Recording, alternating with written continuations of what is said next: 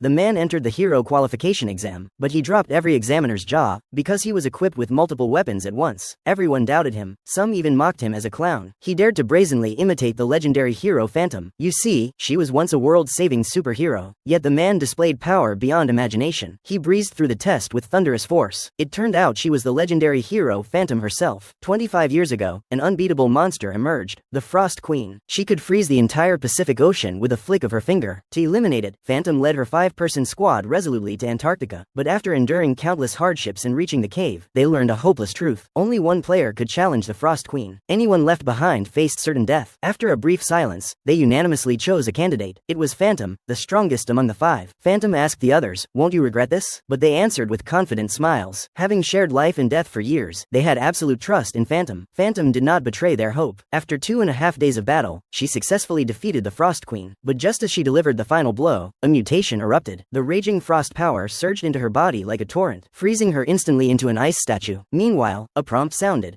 Frost heart absorbed. Before absorption completes, the subject enters a frozen state. Thus Phantom fell into a frozen slumber. 25 years later, the former 5-person squad was placed in a museum for future generations to admire. They were hailed as epic-level players in human history, the greatest 5 heroes. But today, the ice statue cracked. Phantom shattered the ice and emerged. The hero who slept for 25 years awoke. At the same time, a prompt sounded. Frost heart fully absorbed. New skill acquired. Frost skill. News of Phantom's awakening spread like a storm. The entire world was stunned. At that moment, Phantom learned that he had been asleep for 25 years. He gazed at the thriving world. Perhaps this is the peace he has long yearned for. With that thought, he removed the mask from his face. Now that peace reigns, the world no longer needs a hero like him. But the doctors who witnessed the scene were frantic. Just as they were at a loss, several men walked in. Phantom instantly recognized the leading man. It was his old friend Daejing. Although 25 years had passed, his familiar features remained unchanged. The only difference was his increasingly sparse hair. Seeing Phantom still so vigorous, Daejing let out a sigh of relief. The Phantom he knew hadn't changed at all. Then Daejing recounted what had transpired after his ice imprisonment. After he slew the Frost Queen, the outside world received the news. However, that joy lasted less than a minute, because a new crisis emerged again. A dimensional elevator appeared near the Pacific, and opened the second level. The elevator had 10 buttons. In other words, there are 10 stages.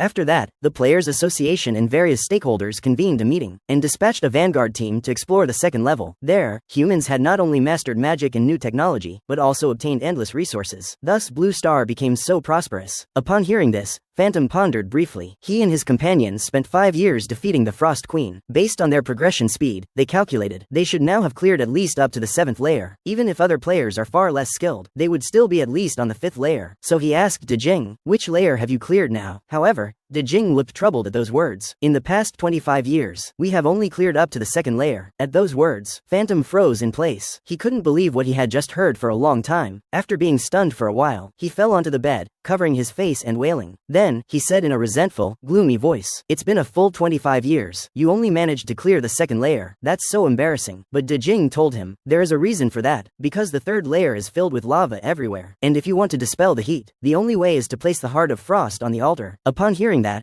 Phantom was instantly dumbfounded, but he forced himself to stay calm. He asked whether they had found the Heart of Frost. Daejing responded, "They turned the Queen's cave upside down, and still didn't find it." But Phantom already knew the answer, because that thing had already been absorbed by him. So Phantom graciously said he fully understood. "It's truly not their fault. You can only say it's bad luck. After all, everyone has unlucky moments. But if I made any mistake, you should be lenient with me too." Upon hearing that, Daejing was instantly moved to tears. He had to grab Phantom's watch firmly. Little did they know, the real culprit preventing them from clearing the game was right in front of them. That night, Phantom returned to the museum. Seeing his teammates encased in ice sculptures, he felt a flood of emotions. Now the world is at peace. Their wishes from back then have finally been fulfilled. Now they can finally rest. At that moment, he noticed dust settling on the ice sculpture. He stood up and brushed it away. But just then, a prompt sounded. Frost skill confirmed. Insufficient mana. Seal removal failed. Upon hearing this, Phantom's pupils narrowed sharply. He never imagined that using the Frost skill could rescue them, but his current mana wasn't enough. So he immediately checked the status bar. To his disbelief, he found that all his stats had been reset. If he wanted to restore his mana, he would have to level up again, but that couldn't be done in just a day or two, and the Frost skill was the key to breaking the seal. At that moment, his gaze hardened. He discovered a new title, Messenger of Spring. Its effect: Each cleared floor increases ability points by 30. In other words, as long as he clears floors, his ability points will rise. Eventually, he could harness the Frost Queen's power for himself. Then he would be able to rescue his companions. Thinking of this, Phantom clenched his fist. He silently vowed, "Hold on a little longer. I will definitely get you out." The next day, Phantom told Daejing that he was returning to his old profession. Upon hearing this, he was extremely surprised. After all, Phantom had always been shouting about retiring. However, after thinking it over, he did not agree with Phantom's decision, because he currently needed a good rest, and those demons would surely set their sights on his demon again. They are a group driven by selfish desires, committing wrongdoing, unscrupulous antisocial players, called the cancer of society, and today's demons are more rampant than before, because from the second level onward there is no surveillance or artificial satellites, so countries have no way to curb the demons. Hearing that, Phantom also understood why Daejing was unwilling for him to return. He must think the demons still hold a grudge against him. He can't wait to get rid of them. Therefore, if he wants to return, he can only discard the moniker Phantom and operate under his real name, Shu Junhao. Thus, he sees no need to take such a risk, but Phantom told him that he must enter the 10th level, and that he knows the way to clear the 3rd level. Hearing this, Daejing was shocked. He quickly asked what good method he had. Phantom calmly replied, "It's the Heart of Frost. I ate it." Saying that, Phantom, sweating profusely, glanced at him secretly. When Daejing heard this, he was momentarily stunned, standing frozen in place, unable to believe what he heard. The next moment, a roar echoed throughout the entire building. He trembled with anger, finding it hard to accept the fact. He felt his blood pressure soaring. Phantom helplessly said, this wasn't his intention either, but now he possesses the frost skill, so he should be able to cool the high temperature of the 3rd level. At this point, Daejing also slightly guessed Phantom's motive. He asked whether it was to rescue his companions, and that's why he was doing this. Phantom confirmed. After receiving the affirmation, Daejing recalled the doctors who had seen Phantom's true form. He immediately prepared to handle the confidentiality. Meanwhile, Phantom also had to reapply for his player certification. Because now large guilds wield more power than the player association, they participate in the certification review. Only by passing the public review can one obtain the certification. In other words, he couldn't give Phantom a backdoor. He would need to retake the assessment. Upon hearing that, Phantom felt a wave of dread, but Daejing said, actually, this isn't a bad thing. After all, if I want to support him, I need a reason that will convince everyone. As long as Phantom gets good results, both the guild and the association will fight to keep him. So Phantom immediately decided to prepare for the assessment. He then went to the Player Association's certification exam hall. The hall was already filled with a large crowd waiting for the exam. Taking advantage of the interval, Phantom wanted to listen to what others were saying. He used his skill, Dark Watcher Hearing Enhancement, and in an instant, the surrounding clamor became crystal clear. After listening, Phantom laughed heartily. Looks like everyone's not that nervous. Then the top candidate began the test. He swung his lance wide and back, driving the goblin in front of him back. The onlookers felt a surge of envy, all thinking he could easily earn the certification. But Phantom didn't think so. First, the lance's advantage is keeping distance from the enemy, yet he launched an attack from such close range, which instead gave the enemy an opening. As Phantom had predicted, the first candidate soon fell in defeat. After watching, Phantom also figured out the testing pattern. Then, after a wait, it was Phantom's turn to step onto the field. The examiners began to complain. These candidates were truly disappointing. They hadn't even mastered the basic skills. But when Phantom entered the arena, everyone's eyes widened in shock. They saw Phantom absurdly equipped with a sword, bow, arrow, and spear, and a variety of throwing knives. The examiners couldn't help but sneer. His slender build suggested he rarely trained. Some even recognized at a glance that he was mimicking Phantom. The crowd looked on with doubt. They didn't believe he could pass the test, but Phantom would prove them wrong with his skill. They were gravely mistaken. In the next instant, the arena conjured 20 goblins. Their lifelike appearance reminded Phantom of days gone by. Then the goblins surged forward as a pack, attacking him. Seeing this, Phantom merely smiled lightly. He swept his spear down. In an instant, he dispatched the charging goblin. The other goblins, seeing the unfavorable situation, immediately scattered. Planning to fight in separate groups, Phantom drew a throwing knife. His gaze flicked behind him. He flicked his wrist and hurled the knife. It instantly pierced through the rear of a goblin attempting a sneak attack. Then he pulled out his longbow, knocked a full moon arrow, which whistled out in an instant. It struck down a distant goblin with a fierce barrage. The remaining goblins, seeing this, decided to fight to the death. They brandished daggers and swarmed toward him, but Phantom calmly drew his longsword. In the next moment, the goblin surged to his front. Phantom merely gave a mocking smile. In an instant, his sword aura became eternal, like a swift wind. With just one move, he swept all the goblins away, but this left his whole body aching. After all, his old bones hadn't been used in 25 years. Meanwhile, the examiners who witnessed Phantom's spectacular performance were full of admiration. It turned out he wasn't merely imitating Phantom, he had his own unique style. Moreover, he was also highly proficient with various weapons, and the sword technique he displayed at the end was truly astonishing. His understanding of weapons was simply beyond ordinary people, but they soon discovered a problem. That was Phantom's ability attribute Phantom only had a single Earth-level skill, weapon mastery. Upon hearing this, the previously delighted crowd became disappointed, because if the main skill is only a single Earth-level skill, no matter how they train, it won't become stronger. Moreover, as they level up, it will expose many issues. So the guild examiners, after pondering for a moment, decided to give up and bring him into the guild. Only De Jing showed a sly, old fox smile, because this way he could smoothly recommend him to the association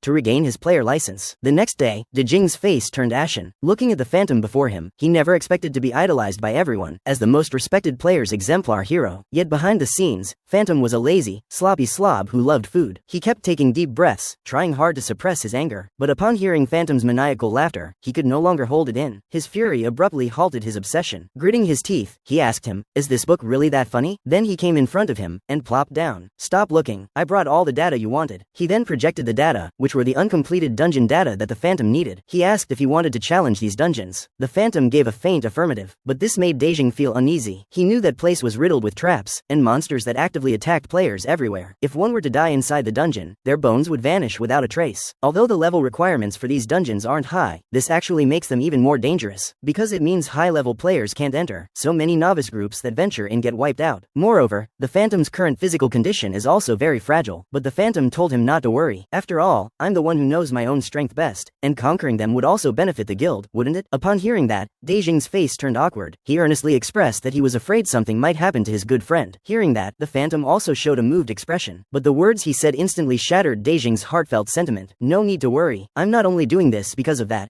It's mainly for profit. The longer the time, the more rewards the dungeon yields, so it must have accumulated a massive amount of experience points." At this point, De Jing understood that the Phantom chose that place to level up quickly. This made him unable to help but loudly rebuke the Phantom, "Just breaking the ice, why can't we choose a safer method?" Phantom replied, he still has 4 companions waiting for him to rescue, so he has no other choice. And since he returned as a player, he'll inevitably encounter demons in the future. Before facing those guys, he must become stronger. After hearing Phantom's answer, De Jing let out a sigh. He didn't expect Phantom to be carrying such a heavy burden. Then he checked which dungeons Phantom could now enter. He quickly locked onto a suitable one called the Curse of Dawn. Because it only allows one player to enter, it is also known as the Novice's Tomb. These are monsters that appeared 7 years ago, and have killed 142 players to date. Then De Jing opened a chest, and told Phantom, this is armor prepared for him. When he took it out, he was pleasantly surprised to find that it is not only very lightweight, but also has excellent elasticity. De Jing said, "This is a work of Quen Noah." Upon hearing this, Phantom was shocked. That old man is still alive. Doing the math, he must be 98 years old this year. So Phantom immediately wanted to visit him, but De Jing refused. Because demons know about Phantom's connection with Noah, if he goes to see Noah now, someone will definitely find it suspicious. A novice player meeting the high-ranking Noah is itself a very strange thing. He can only visit later after he becomes stronger. Phantom then put on the armor properly, and before entering the dungeon, he needs to recover his stamina first. After all, that simple test left him half dead with exhaustion. Outside the cursed dungeon 10 days later at dawn, Phantom is already prepared. He then steps into the dungeon, and begins his quest. The dungeon's clearance condition is to survive until sunrise. When he enters the dungeon, the daytime he just left instantly turns into dusk. The surroundings exude a gloomy eeriness. According to the dungeon data, the clearance condition isn't difficult, and he had investigated beforehand. Players who enter in the morning have the longest survival time. From this, one can infer a time discrepancy between inside and outside. If one enters at noon, there isn't enough time to adapt, and battle will begin immediately. Thus he is well prepared this time. Upon entering, it happens to be sunset. When night falls, the atmosphere of this space becomes increasingly eerie. Something seems about to surge forth, and that is precisely the dungeon's main monster. Zombie Phantom easily dispatches it, but he can sense that many more are about to activate their abilities. Night of the Archer. In an instant, his senses become incredibly sharp in the darkness. Sure enough, the surrounding zombies swarm toward him in the darkness. For a novice, these zombies are the hardest to deal with, because they feel no pain. If you can't kill them with a single blow, you'll keep taking attacks, and will gradually fall into despair. That's why this place is called the Novice's Grave. But Phantom is not that kind of novice. Each attack instantly eliminates them. Only the sheer number is indeed a bit much. After fighting non-stop for 2.5 hours, Phantom finally eliminated all the zombies. But just then, he actually heard a cry for help. He quickly followed the sound. He eventually found a coffin. The person inside said he had entered with companions, but all his companions were dead. In the end, he could only hide here. "Please, save me and get me out." Upon hearing that,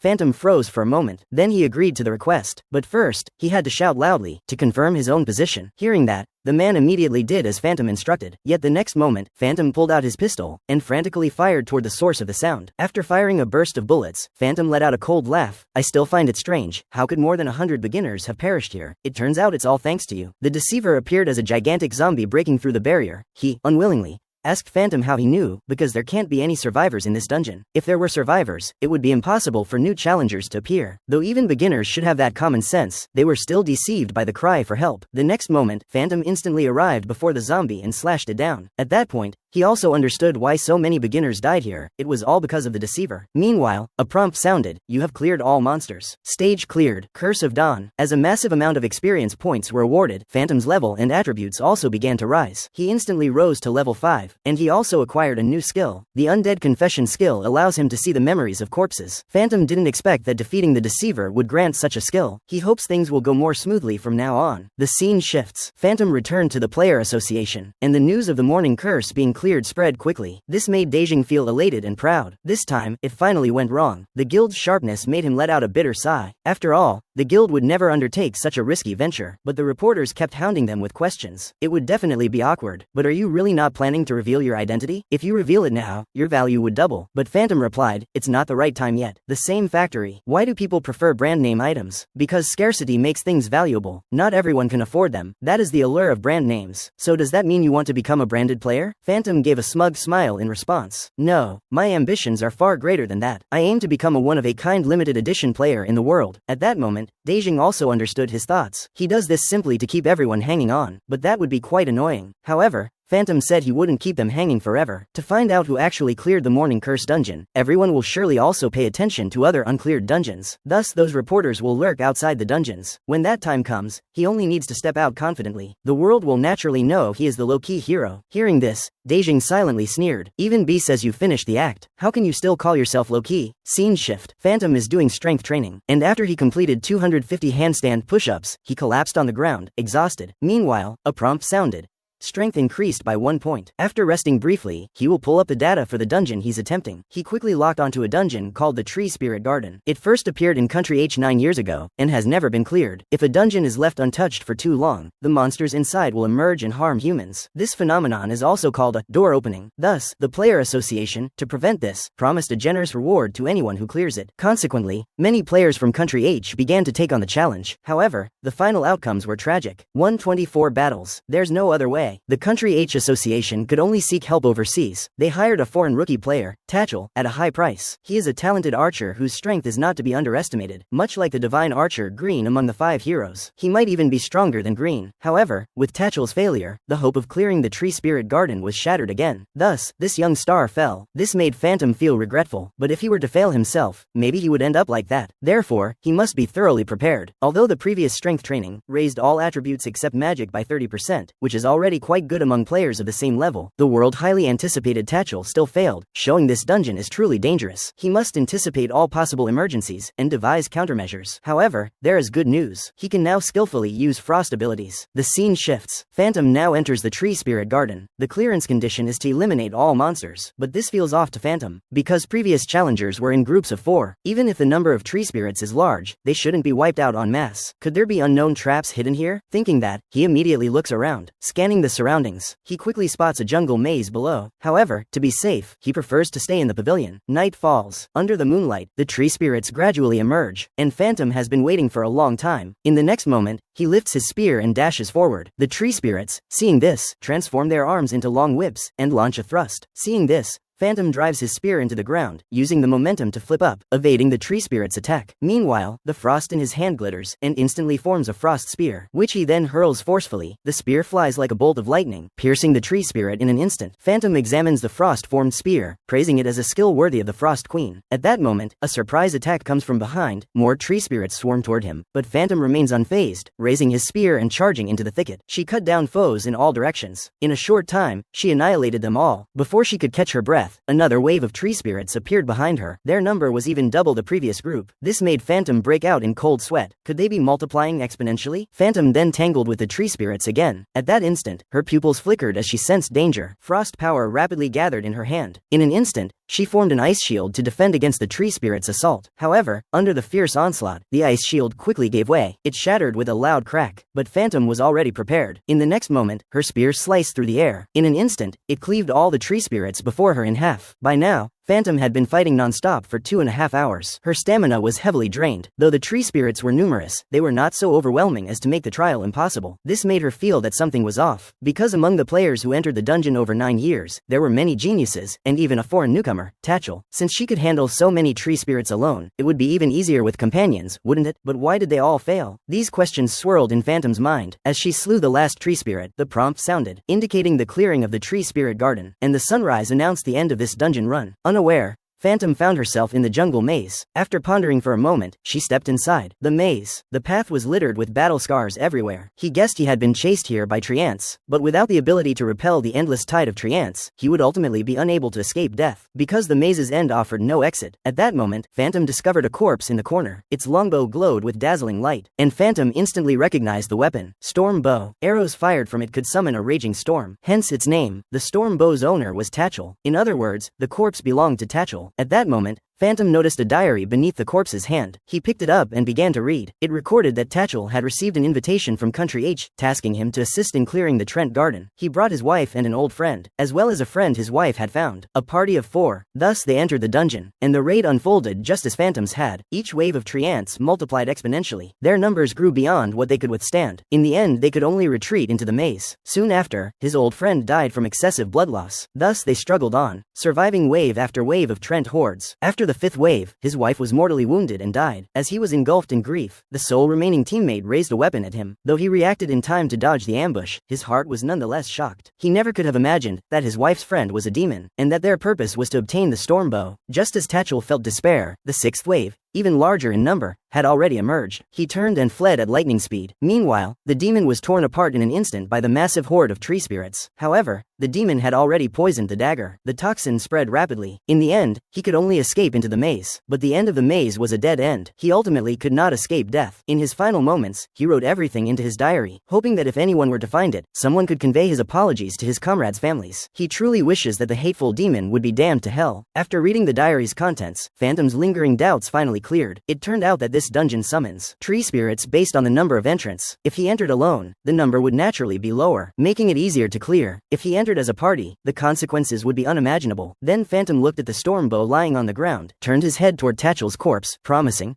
"I will definitely help you avenge the demon," and the scene shifted. Phantom returned to the player association. At that moment, De Jing was jubilantly holding today's front page headline. Things unfolded just as Phantom had anticipated. They did not reveal any information, yet they let the whole world know he is the one who cleared the dungeon. Moreover, foreign leaders asked De Jing to convey to him that they were very grateful he had found Tachel's diary, which has already been returned to his family. Speaking of this, De Jing felt very regretful that the storm bow, a national treasure-level piece of equipment, had vanished along with Tachel's departure. However, just as he finished speaking, the storm bow appeared in Phantom's hand. Seeing this, De Jing was stunned on the spot, so shocked that his eyes nearly popped out. "Phantom, how could the storm bow be in your hands? This is property of a foreign government. Phantom, how can you keep it hidden?" De Jing was driven nearly mad by Phantom's actions. Phantom scratched his head. He indicated, "I'll return it once I'm done using it." De Jing, how will you explain it to the foreigners then? De Jing, are you going to say that the deceased Tachel lent it to you? Upon hearing this, Phantom told him not to get worked up. He has a reason for doing this, mainly because he's worried the demon will snatch it away, because the demon that died in the dungeon probably isn't the mastermind. Even though publicly they claim the Storm Palace vanished inside the dungeon, the mastermind certainly won't believe that, and the demon is a lunatic who values equipment more than his own life. So when the mastermind discovers the storm bow is in my hands, they will definitely try to get close to me. At this point, De Jing recalled a rumor about the demon attacker Car Signa. He is a demon obsessively collecting bows and arrows. He is now wanted worldwide. It seems it's because of the level restriction in the tree spirit garden. Thus he cannot enter the dungeon himself. So if he targets you, he will definitely send someone to accompany you next time you enter the dungeon. Perhaps the person he sends will be even stronger than the last. Thinking this, De Jing felt it was extremely dangerous. They might as well tell the foreigners now. But Phantom smiled confidently. As long as we are prepared, there won't be any problem. Besides, De Jing, do you think I'd be so easily defeated by a demon? Hearing this, De Jing watched Phantom fall silent. After a moment, he placed a hand on his shoulder. "Although I know you aren't afraid of them, I still don't want you to take the risk." Upon hearing that,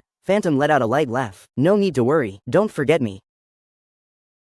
I won't repeat the mistakes of 25 years ago." Seeing this, De Jing let out a soft sigh. Now, he has no choice but to trust Phantom. After all these years, he hasn't changed at all. At that moment, De Jing's phone rang. Many reporters arrived outside. All came to interview the champion. Upon hearing that, Phantom lightly touched his chin. He thought of a plan. Since the war with the demons is inevitable, he'll hold a press conference to formally declare war on them. Soon, the press conference was ready. Reporters were engaged in heated discussion. Shu Junhao, the rising new star, first cleared the Curse of Dawn, then conquered the Tree Spirit Garden. A player of his caliber is a rare find among gamers. Then Phantom, in slippers and casual clothes, appeared under everyone's gaze. This shocked the reporters greatly. They could hardly believe the person standing here is a player who consecutively cleared 2 previously untouched dungeons. Seeing the crowd's reaction, Phantom guessed what they were thinking. During his Phantom days, he spent every day dressing up. Now he's grown tired of it. Then he yawned and told the audience there were only 30 minutes. If anyone has questions, ask quickly. Hearing that, the crowd bombarded him with questions, and Phantom answered them one by one, responding fluently. After all, he had often attended such events before. When handling it, he was more than capable. At this point, someone asked which dungeon he planned to challenge next. Upon hearing that,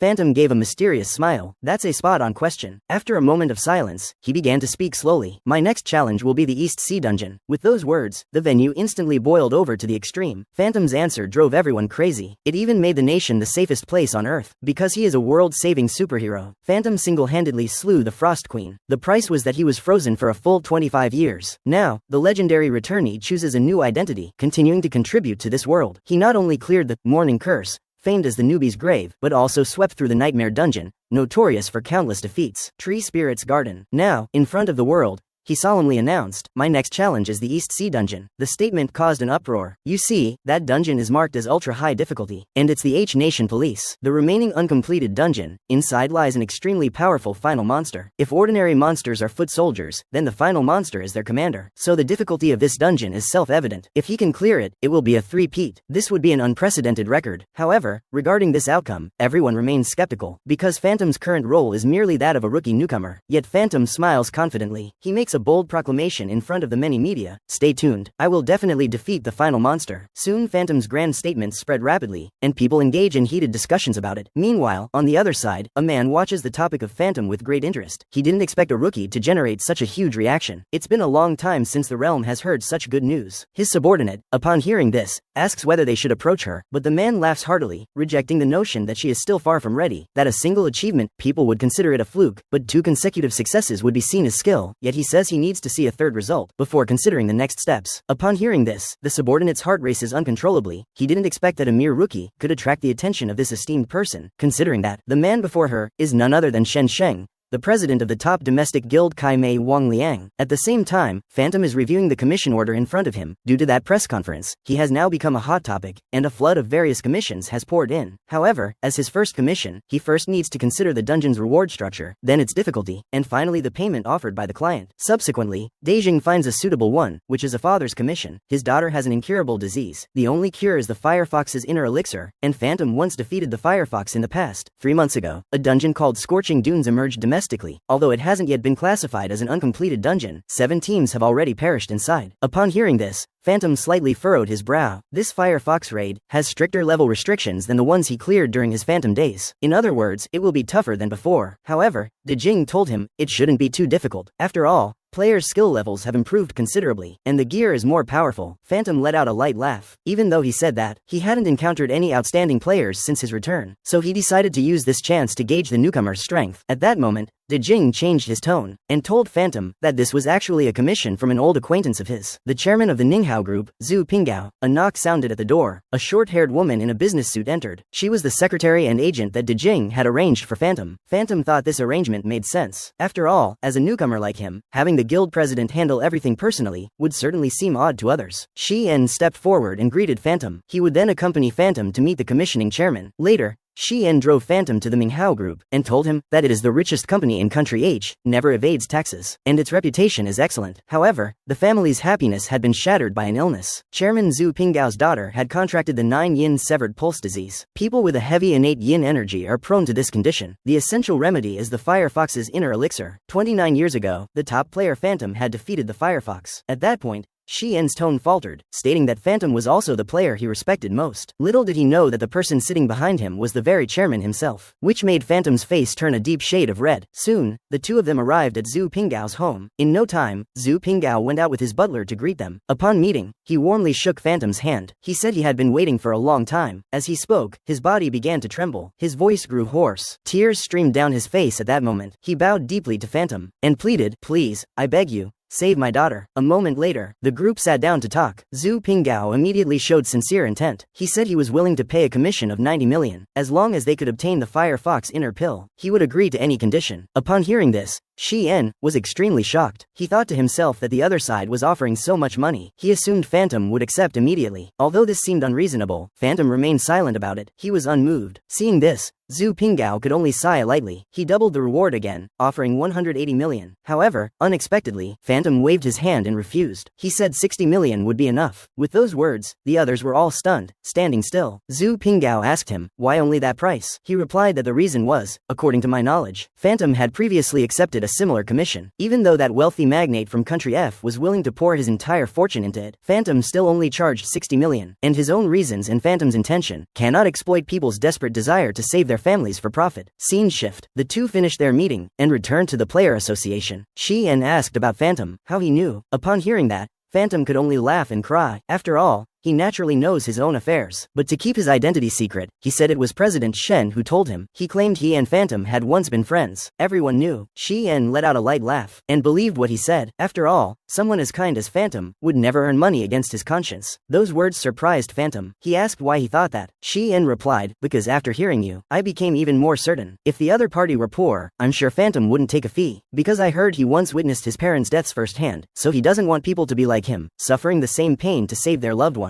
Scene shift. Phantom met Dejing and asked what he thought of his new secret technique. Phantom said that in just 2.5 hours, he couldn't discern anything yet. Dejing laughed heartily, and later you will be able to see his worth. With his credentials, joining a renowned guild is no problem at all. Yet he chose to stay at the association to work for Phantom. I am truly very grateful to him. Then Dejing led him to a secret chamber, where various weapons were stored. In the past 25 years, human technology has advanced rapidly, and many new technologies have been applied to weapons. They can greatly boost a player's combat power. Then he pulls out a sword and tosses it to Phantom, and says, give it a try. Phantom infuses magic into the sword. In the next moment, the blade erupts with intense sword aura. Dejing tells him that you only need to inject a little magic to trigger a powerful sword aura and easily defeat enemies. But Phantom stares at the longsword, lost in thought. While Dejing is raving on, introducing the gear, Phantom interjects, are current players using this kind of weapon? Dejing shrugs and affirms, after all, everyone wants to use more advanced weapons. Even top-tier players use this, or even stronger custom versions. However, Phantom frowns upon hearing that, saying that these things are utterly ineffective against real monsters. If the enemy can prevent players from replenishing mana, then these weapons are nothing but junk. Do you know why beginners can only fight low-level monsters? Because they can't defeat the two strong ones. In other words, everyone grows under fair conditions by continuously battling and steadily accumulating experience. These so-called high-tech weapons only suppress a player's potential. Phantom's gaze flickered. He notices a longsword in the corner. Dejing says it was forged from a new material because it has no additional functions, so it was left there. Thus, Phantom immediately decides to give it a try. Hand. A sudden thrust bursts through the air. The sword wind creates a vortex that instantly whirls around. Those so-called high-tech weapons appear feeble under its blade. Even Dejing stands dumbfounded, watching the scene. The next day, Shi En takes Phantom to the Firefox dungeon and handed him a cup of tea. Besides him, there were 26 guild players who entered with Phantom. After drinking the tea, they were surprised to find the flavor very novel. Shi En said, it's lavender tea. That's quite troublesome. Give me another cup when you return, and you might need to come to work early tomorrow morning. These words made Shi En feel puzzled. He asked why Phantom gave a light laugh. Phantom lifted a confident smile. Because after clearing today, I'll definitely receive a flood of commissions. You'll have to help me sort them out. Then Phantom, surrounded by numerous reporters, walked into the dungeon. This sight made the other players who entered feel uneasy. They complained, questioning whether this delicate fellow was really that powerful, and that he was using such a crappy weapon. Soon everything was ready. Everyone began entering the dungeon one after another. This time, the dungeon was set in a scorching desert. Some low-level newbies struggled to move forward. At that moment, a man shouted loudly, drawing everyone's attention. He claimed to be from the Qinghai Guild, ranked 13th in country H. When he said that, it instantly caused a stir, because it was rumored that members of the Qinghai Guild are all elites. Zhang Yu offered a suggestion to the crowd. Any player willing to fight alongside them could receive a 600,000 coin bounty. safety. However, the firefox's inner core would belong to him. Hearing this, the others couldn't help but feel tempted. If the Qinghai Guild helped them, they could breeze through the dungeon. Thus, everyone readily agreed to join. Yet Phantom broke away from the crowd and silently left. Zhang Yu, seeing this, asked, "Aren't you planning to join?" Phantom turned his head and told him, "I prefer to fight solo." Then, under the gaze of a few, he walked away. The onlookers scoffed, saying, "What a prodigy player, the media has blown him out of proportion. Even in this situation, he still dares to go solo, which is no different from courting death." Afterwards, Phantom set out alone to hunt the firefox. The firefox was born in the spirit realm, having trained for over 1,000 years, eventually reaching up to 9 tails. And as its tail count increases, its ability to command a larger firefox legion grows. When it attains 9 tails, it becomes the 9-tail fox that commands all foxes. At present, it doesn't know how many tails the dungeon's monsters have, so the most important task now is scouting the terrain. Meanwhile, on the other side, a guild squad has already encountered the firefox. Numbering about 30, the group stands ready, taking their stances, and quickly setting traps. The power of their high-tech weapons also shines through, instantly and effortlessly dispatching the charging firefoxes. Meanwhile, everyone summoned their own tech weapons, launching an assault on the firefox horde. Under the group's onslaught, the firefoxes were quickly reduced by more than half. This easy victory made them feel relieved, glad they had joined the Qinghai Guild's team. But at that moment, a massive shadow enveloped him. When he focused his eyes, he saw a gigantic fox king suddenly appear, looking at the ground littered with firefox corpses. He instantly felt an uncontrollable rage, and immediately unleashed a fierce aura. He was, in fact, the dungeon's ultimate monster, the 9-tail fox. Seeing this, the crowd was shocked and pale. It should be noted that the one Phantom once killed only had 6 tails. But Zhang Yu quickly composed himself. He called for everyone to maintain a solid defensive formation. No matter how powerful the monster, a stab to the head guarantees certain death. As long as they set traps hundreds of times stronger, they can definitely trap and kill it. Today I will definitely slay the 9-tail fox. Surpass Phantom. However, when the 9-tail fox's flames erupted, his ambition instantly turned to bubbles. It was only a few glances. His so-called meticulous plan and powerful high-tech weapons, in the face of its absolute strength, were like toys. Trying to hunt such a monster with that is nothing but a wild fantasy. As the foxfire flickered before them, his life would also remain here. But at that moment, a figure stepped in front of him.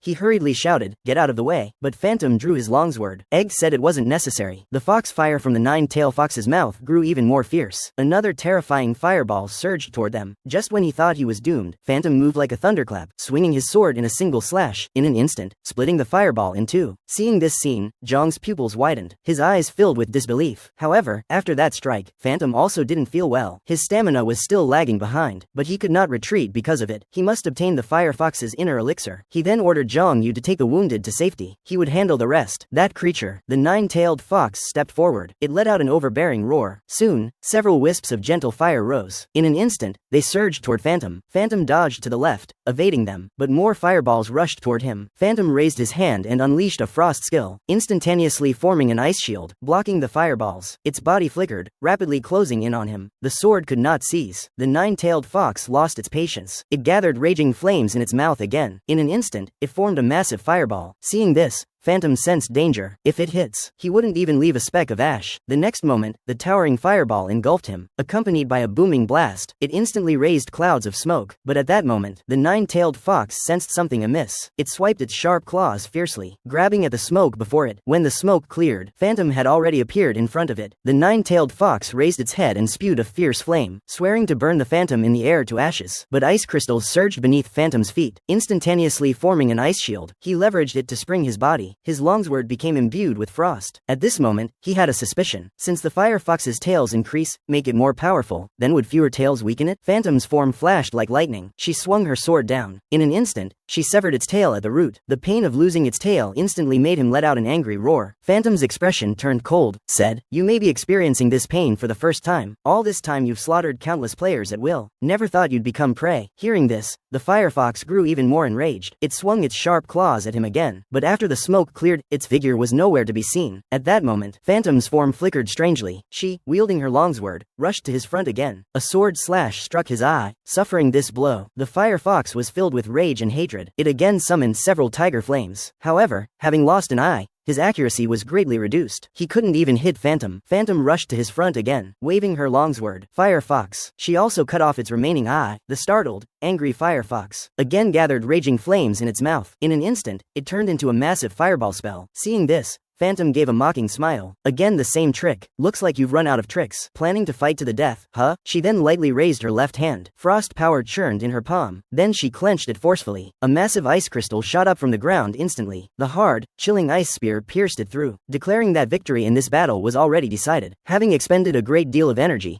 Phantom collapsed to the ground. You have successfully defeated the nine-tailed fox. You receive the reward, Fire Fox Elixir. Meanwhile, outside the dungeon, the reporters were shocked to discover that the entrance's color had changed. In other words, they had successfully cleared the dungeon, and they did so 2.5 hours faster than the previous team. Everyone waited anxiously, wondering who the first player to emerge would be. It turned out to be Zhang Yu of the Qinghai Guild. After handing Phantom over to the medical staff, Zhang Yu stepped before the crowd of reporters, intending to explain the clearance details to them. Seeing this, the reporters showered him with flattery and applause. They hurriedly asked the hero who led everyone through the dungeon how he felt. Seeing this scene, Zhang Yu fell silent. Being a hero feels like this, he thought. Back when Phantom was surrounded by reporters, it must have been the same feeling. It made him recall his childhood aspiration to become a great hero like Phantom, but now it seems he hasn't achieved that yet. He then explained the dungeon clearance details to the reporters.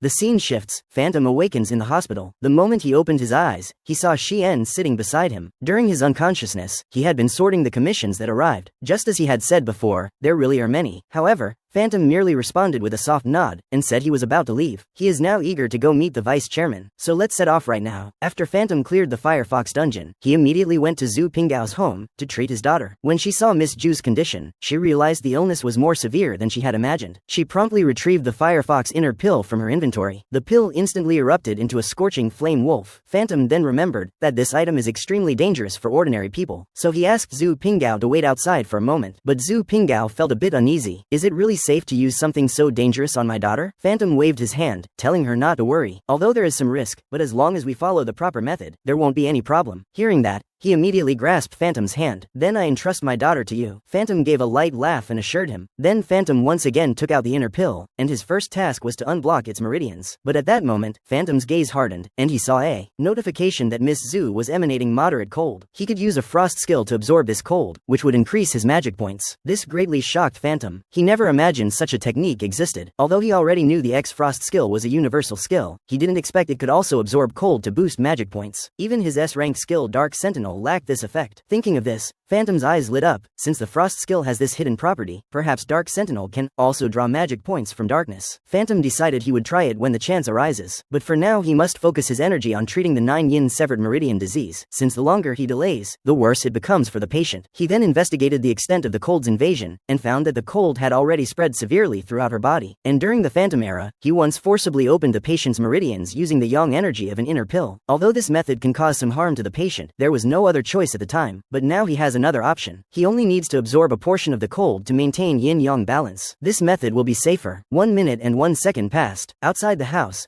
Zhu Pinggao waited anxiously. At that moment, Phantom opened the door and stepped out. He hurriedly asked how the result turned out. Phantom was exhausted, drenched in sweat, but a smile lingered on his face. The process went smoothly. Your daughter has already recovered. Upon hearing this, Zhu Pinggao's excitement and joy surged in his heart. The pain that had plagued him for so many years finally vanished today. And to repay Phantom's great kindness, Zhu Pinggao wanted to pay him extra commission, but Phantom refused. So he thought of a plan. If Phantom ever needs assistance, Ninghao Group will definitely lend full support. Zhu Pinggao's promise surprised Phantom. One should know that Minghao Group is wealthy and powerful. It has a widespread presence in the broadcasting conglomerate. Its most powerful guild is the Red Tower Guild. It ranks 5th nationwide among guilds. If it can lend a helping hand when he needs it, that would be priceless. In that case, Phantom would have an extra powerful trump card. After returning to the association, Daijing had just finished a call with Zhu Pinggao, indicating that the other party couldn't stop praising Phantom. Hearing this, Phantom let out a light laugh, opened his inventory, and, under Daijing's stunned gaze, took out the Firefox inner pill. Phantom told him that he hadn't used the inner pill for treatment. Instead, he used a frost skill to absorb some cold air to heal the patient. Upon hearing this, Daijing was instantly startled. Phantom then continued, after absorbing the cold air, his mana increased. This shows that the frost skill can draw cold air and convert it into mana. In other words, any item containing cold can be utilized by him. At this point,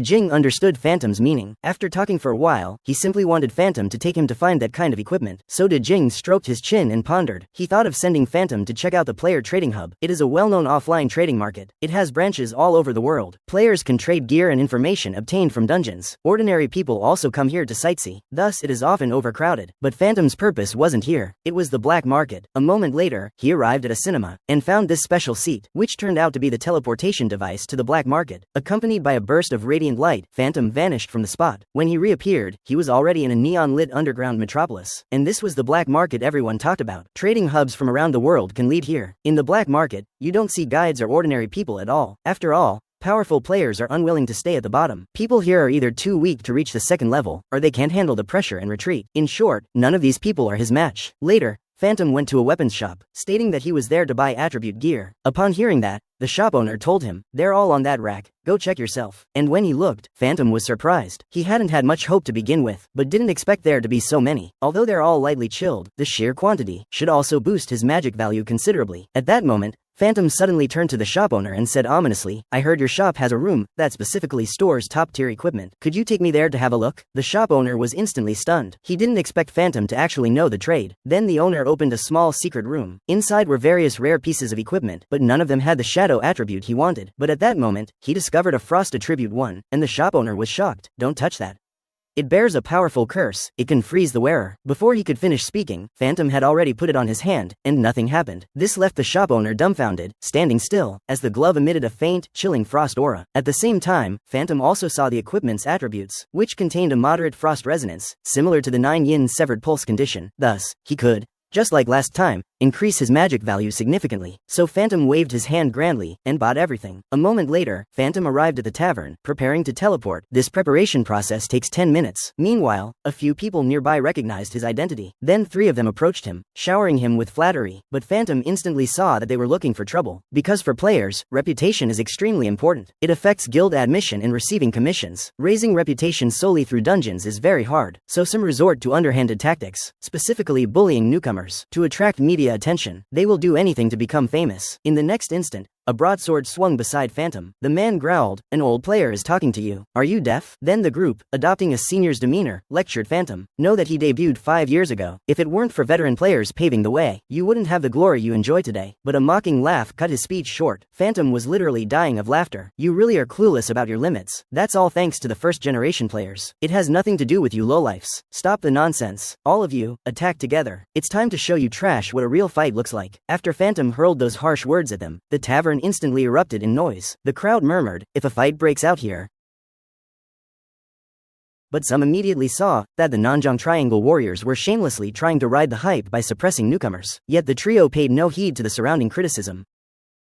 They could garner even more praise. Phantom calmly asked, "How much longer until the teleport device is ready?" "About 4 minutes." Hearing that, Phantom stepped forward and flashed a confident smile. "That's enough time for me to deal with them." When they saw the dagger in Phantom's hand, they were puzzled, because they had heard he favored a longsword. Phantom gave a contemptuous smile. "To handle you, this will be enough." Upon hearing that, the man erupted in anger. In the next instant, he swung a greatsword at him. Phantom remained unflustered and easily dodged. Then he seized the man's greatsword and delivered a backhanded elbow strike to his face, knocking him out on the spot. Seeing this scene, his companion cursed angrily. "What a useless fool." Immediately, a radiant aura surged from his hand, and a few spiky needles materialized in an instant. He then swept his hand, sending the needles out like a sudden storm. But Phantom swiftly evaded. Meanwhile, another person raised a blade beside him and slashed at him. Phantom merely waved his dagger lightly, easily deflecting the fierce attack. Yet his companion still felt victory was assured, because in his eyes, Phantom was just a soul who had slain a few monsters, who had never faced a life or death battle with a human. So he would surely hesitate easily, and that momentary hesitation would expose a fatal flaw. That's the difference between them. But before he could finish his fantasy, his companion was already trampled under Phantom's foot. Now only he remained. The man stared in disbelief. He never imagined that a relatively well-known newcomer could actually defeat them, the southern frontier's 3 wonders, and did so with such ease. He refused refused to accept this outcome. A red glow rose again in his hand. A barrage of spikes whistled out once more, but this time Phantom didn't dodge. Instead, he charged straight at him at high speed. During Phantom's prime days, he once relied on predicting his opponent's moves to defeat countless demons. All that could be seen was Phantom's dagger flashing like electricity. Each swing shattered the incoming spikes. He closed in on his front at breakneck speed. The next moment, Phantom's dagger was already poised before him. Then he drove the dagger hard into his hand. "Your technique has been seen through. Don't let me see you again." Hearing this, the man trembled and said, "I'll avoid him from now on." After a moment of silence, the bar erupted in a sudden uproar.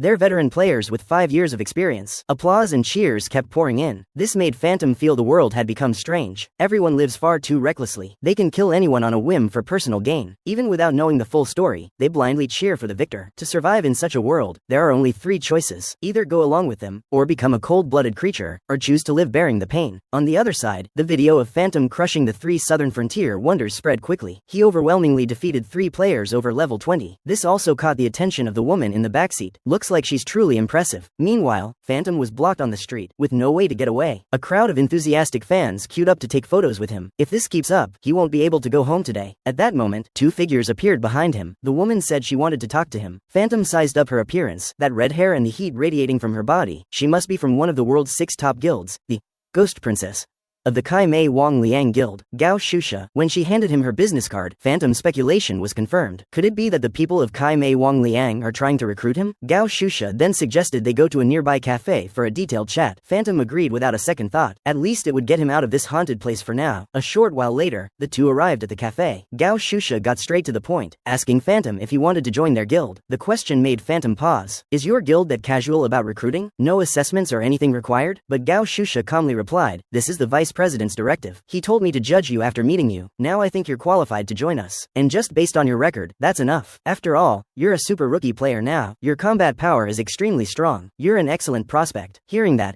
Phantom guessed that the black market rumors had already spread. Then Gao Shusha offered Phantom generous terms. According to her, Phantom only has 1 D-ranked skill weapon specialist, and if he can acquire other skills to accompany him, he will surely become a top-tier player, as long as he joins the guild. This handbook is his, and they'll also tailor a one-on-one dungeon strategy plan for him. After Phantom flipped through the handbook, he felt it was pretty good. Kai Mei Wang Liang not only has great resources, its annual salary and bonuses are also higher than the association's. No wonder the association can't retain talent. Such stinginess. Gao Shusha wore a confident smile on his face. Seeing that such a powerful Phantom was invited by the guild, he assumed Phantom certainly wouldn't refuse. However, Phantom's reply surprised him. "I'm sorry, I'll pass, after all." And Phantom's refusal had a reason. He knows there's no such thing as a free lunch. Joining them might bring fame and fortune in a short time, but he would have to complete various tasks as directed by the guild. From a long-term perspective, it would instead become a shackles for him. Gao Shusha was extremely astonished at that moment. He asked why he was unwilling, wondering if his own words weren't clear enough. Phantom's reply was, "Have you heard the saying, I'd rather be the head of a chicken than the tail of a phoenix?" Upon hearing that, Gao Shusha understood Phantom's thinking. Indeed, he was quite forward-thinking. He knew that even if he joined the guild, it would be hard to climb to the top in a short time. After all, it's a place where talent abounds, and competition is fierce. So he didn't push too hard. However, as he was leaving, he gave Phantom a warning, telling him to be extra careful. Lately, demons have been appearing more frequently. Even the first floor has become unsettled. If he were assassinated by a demon, he would feel it was a pity. Then, perhaps we'll meet again by fate. Mr. Machine Head. Later, Phantom returned to the association and told Dejing about the frequent demon sightings. Upon hearing this, Dejing lightly stroked his chin. It seems their information is indeed more up-to-date than the association's, but Gao Shusha personally came to invite. "Don't you want to join either? I'm not interested in money or status, which is why I turned down their offer." Dejing showed a look of disappointment. This left Phantom speechless. "Are you trying to drive me away like this?" But Dejing shook his head slightly. "Of course not. I just think they can offer you a better platform." Phantom replied calmly. "Then I won't go either. The association is still more comfortable. Besides, I also want you to stay by my side." Hearing this, Dejing was moved to the point of a runny nose, and waved away a big tear-streaked hand, promising to immediately amend the contract to allocate a floor for him, specifically for his use, and he would strive to narrow the gap with the guild. Phantom let out a light laugh. "Then thank you, old buddy." And before departing, Phantom told Dejing to push back the schedule for tackling the East Sea dungeon by a week. Dejing immediately guessed Phantom's intention. "You want to bait the demons, right? After all, only patience can catch the big fish." Meanwhile, a red-haired man had just finished watching the news broadcast. He then summoned a dark shadow, and and told him that this is the person who took the storm bow. They must know the demon's interest in the storm palace, so they released false information to confuse us, sending the Shadow Brothers to the East Sea Dungeon. Regardless of whether Shu Junhao is alive or dead, they must get the storm bow for me, and he is the demon Karsajina. On the other side, Phantom also saw news that the Shadow Brothers were heading to the East Sea Dungeon. He immediately found it highly suspicious, so he planned to have Secretary Zhang check their records later. Then he continued his training. A flash of golden light flickered in his eyes. The next moment, shadow power surged out instantly. Although his stamina was depleted, boosting his magic was a bit extreme, the effect still left him very satisfied. He intends to, in the East Sea Dungeon, make full use of the Shadow Watcher skill. The East Sea Dungeon, also known as Guardian Dragon Island, as its name suggests, the ultimate monster inside is a dragon, and the clearance condition is to defeat the nameless dragon. But challenging the dragons is undoubtedly a death sentence for beginners. Although Phantom has clashed with dragons a few times, they can take off at a moment's notice, which gives him a headache. Therefore, if he wants to win, he must either finish the fight quickly on the ground, or find a way to climb onto the dragon, seizing the chance to take it down. At that moment, Secretary Zhang also sent over the Shadow Brothers data. They are members of the Dark Nation,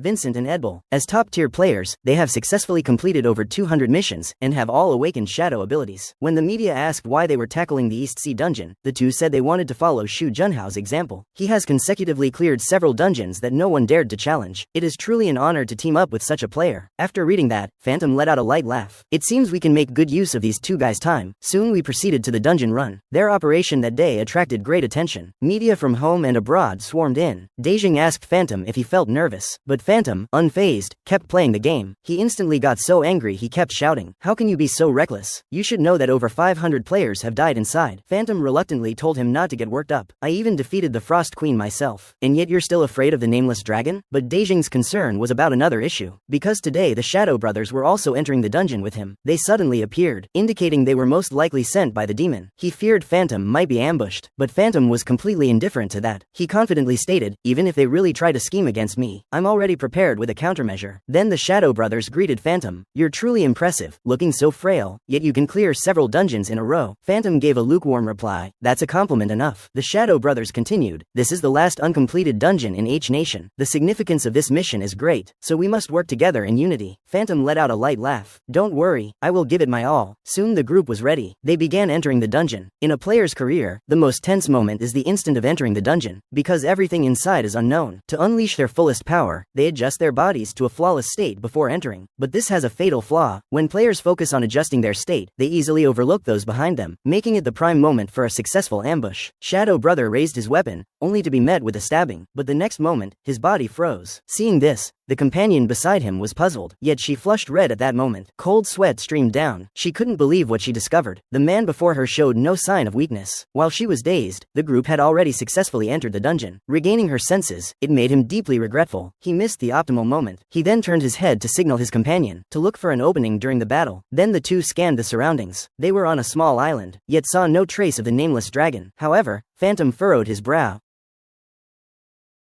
He had thought the nameless dragon was just an ordinary ultimate monster, but now it seemed comparable to a Tier 1 dungeon's ultimate beast. At that moment, a massive shadow flashed across the sky. They immediately looked up. A sleek, majestic azure dragon appeared. Its body surged through clouds and misty waves. Seeing this scene, Shadow Brother was awestruck. Its massive size far exceeded their imagination. He then turned to ask Phantom for a good idea to defeat it, but his side was empty. Phantom's figure had long vanished, leaving the two of them utterly shocked. They hadn't noticed Phantom's departure at all. Before they could search for Phantom, the azure dragon had already fixed its gaze on the two. It then unleashed a bolt of lightning. Soon, more lightning struck rapidly, forcing them to scramble to dodge. Meanwhile, Phantom was hiding nearby, teasing, watching the two's disheveled state. Thus she could determine whether they were truly demons. Seeing the azure dragon persistently entangling them, the Shadow Brothers also employed their signature technique, summoning shadow warriors, and sent their companion to search for Phantom, while they themselves went to confront the creature. Then the shadow warrior brandished a long spear, and thrust it into the azure dragon, buying the other a chance to look for Phantom. Soon enough, he discovered Phantom's trail. Upon seeing this, his heart secretly rejoiced. He thought it surprising that even the magical field couldn't be concealed. Clearly, a novice. So he pretended attended and called out to Phantom, while quietly gripping his short sword, as he drew near, suddenly launching an attack, with a single sword slash, but his strike met empty air. The figure turned into a shadow, and dissipated among the trees. Seeing this, the Shadow brothers were deeply puzzled. A wave of unease lingered in his mind. Shadows of trees filled the area. For him, who possessed shadow affinity, it was truly his domain. Yet why did he feel an ominous premonition? After Phantom and the Shadow brothers entered the East Sea dungeon, he immediately slipped into the woods, observing whether the two were demons. But soon they extended claws toward Phantom, confirming Phantom's suspicions. However, at this point, Vincent still tried to argue, but Phantom tore off his false mask. His eyes had completely betrayed him, because a demon's most distinctive trait is red eyes. Upon hearing this,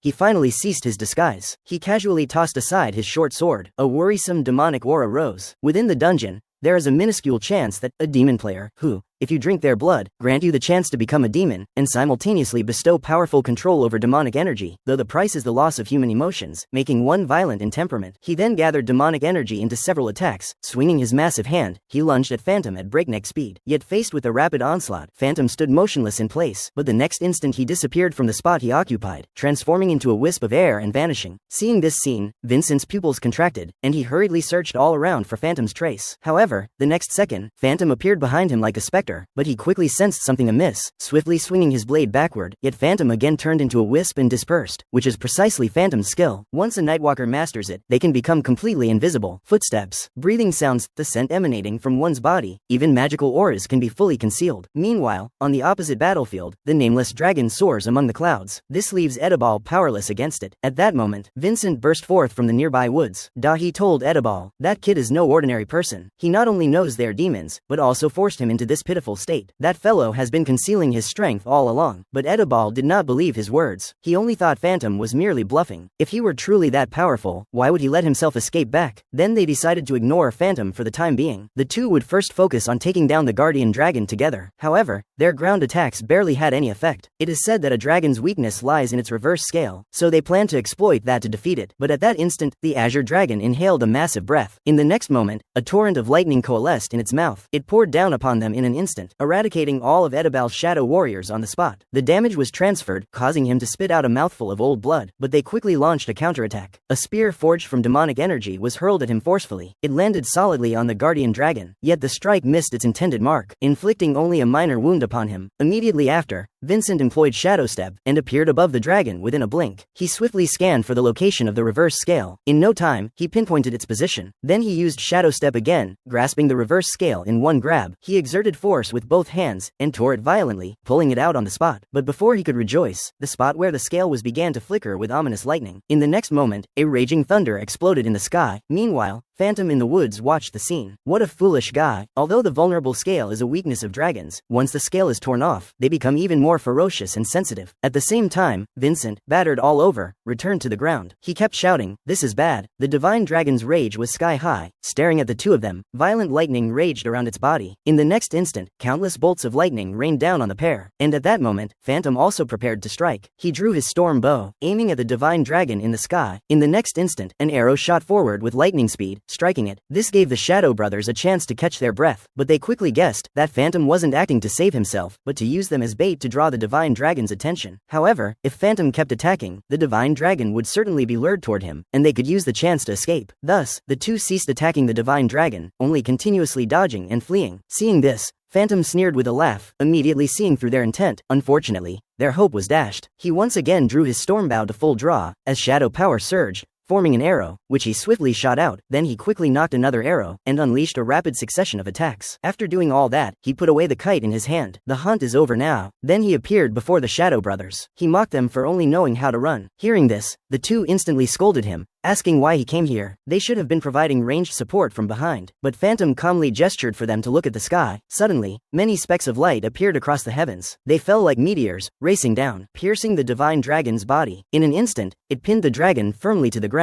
Seeing this scene, the two were incredulous. That mighty guardian divine dragon was slain so easily by him. Phantom then drew his storm bow again. He praised, "What a fine piece of equipment. No wonder Carl Signa coveted it so much." Seeing this, the two understood. Phantom had known everything all along. wrong. He then tried to appease them, saying, "You're just low-tier players. If you give me Carl's intel, maybe I'll spare you." But Phantom coldly refused on the spot. After all, they knew too much. He couldn't leave any survivors. Seeing their pleas fail, Vincent immediately lunged at him for a life or death duel. He sprang up violently, charging toward Phantom, but Phantom's longsword flashed like lightning, and in an instant it killed him. Watching his brother die right before his eyes, Edibal was filled with rage and hatred, and he rushed at Phantom. But his attack was easily deflected by Phantom. As Phantom's longsword pierced, his life came to an end. Phantom was filled with disgust. He said, "Anyway, you trash living like this are a scourge to humanity. Better go to hell early." But just as he was about to finish off the divine dragon, he showed a pitiful plea. This made Phantom pause, but it could not stop the blade in his hand from falling. The mighty guardian divine dragon fell. Having cleared the East Sea dungeon, the reward was 200 kilograms of dragon bone, and it came with a massive amount of experience points. Phantom's level continued to rise, but now he has other matters to attend to. Then he approached the Shadow Brother, preparing to use that skill, Confession of the Undead. He obtained it after clearing the Dawn Curse. It allows him to see the memories of corpses. Vincent's memory appeared as images. Phantom decided to first search his recent memories, to take a look. With a swish, Phantom arrived at another scene. There, the Shadow Brother was brutally slaughtering innocent humans. This made Phantom curse out loud, dying so easily. What a cheap kill for them. Then he searched for memories about the demon. He saw the Shadow Brother arrive at a laundromat. Inside was a man in black. He ordered the two brothers to enter the East Sea dungeon together with Shu Junhao. Seeing this, Phantom guessed this must be the demon's rendezvous point. As the memory deepened, Phantom saw the memory of the two becoming demons. A man in a white suit bestowed upon them the power of a demon. But just as Phantom wanted to continue watching, a sharp pain surged in his mind. Skill level too low, unable to retrieve the full content. To ensure safety, the process was forcibly terminated. Phantom wondered who that person had been. It seemed his status was certainly higher than that of the Shadow Brothers. However, to obtain more useful information, he first needed to raise his skill level. At that moment, a thought suddenly surfaced in his mind. Perhaps this skill could also view the memories of other beings. The divine dragon is more powerful than the nine-tailed fox. Its origins must be significant as well, so he immediately accessed the divine dragon's memory. He then saw a monk, who respectfully addressed the person before him as, "Your Majesty." It turned out the divine dragon had once been a sovereign of a nation. When his days were few, he ordered his people to scatter his ashes into the East Sea, willingly giving up reincarnation, and transforming into a protective national dragon, to guard the people. After watching, Phantom felt a flood of emotions. He never imagined that the divine dragon had once been a human,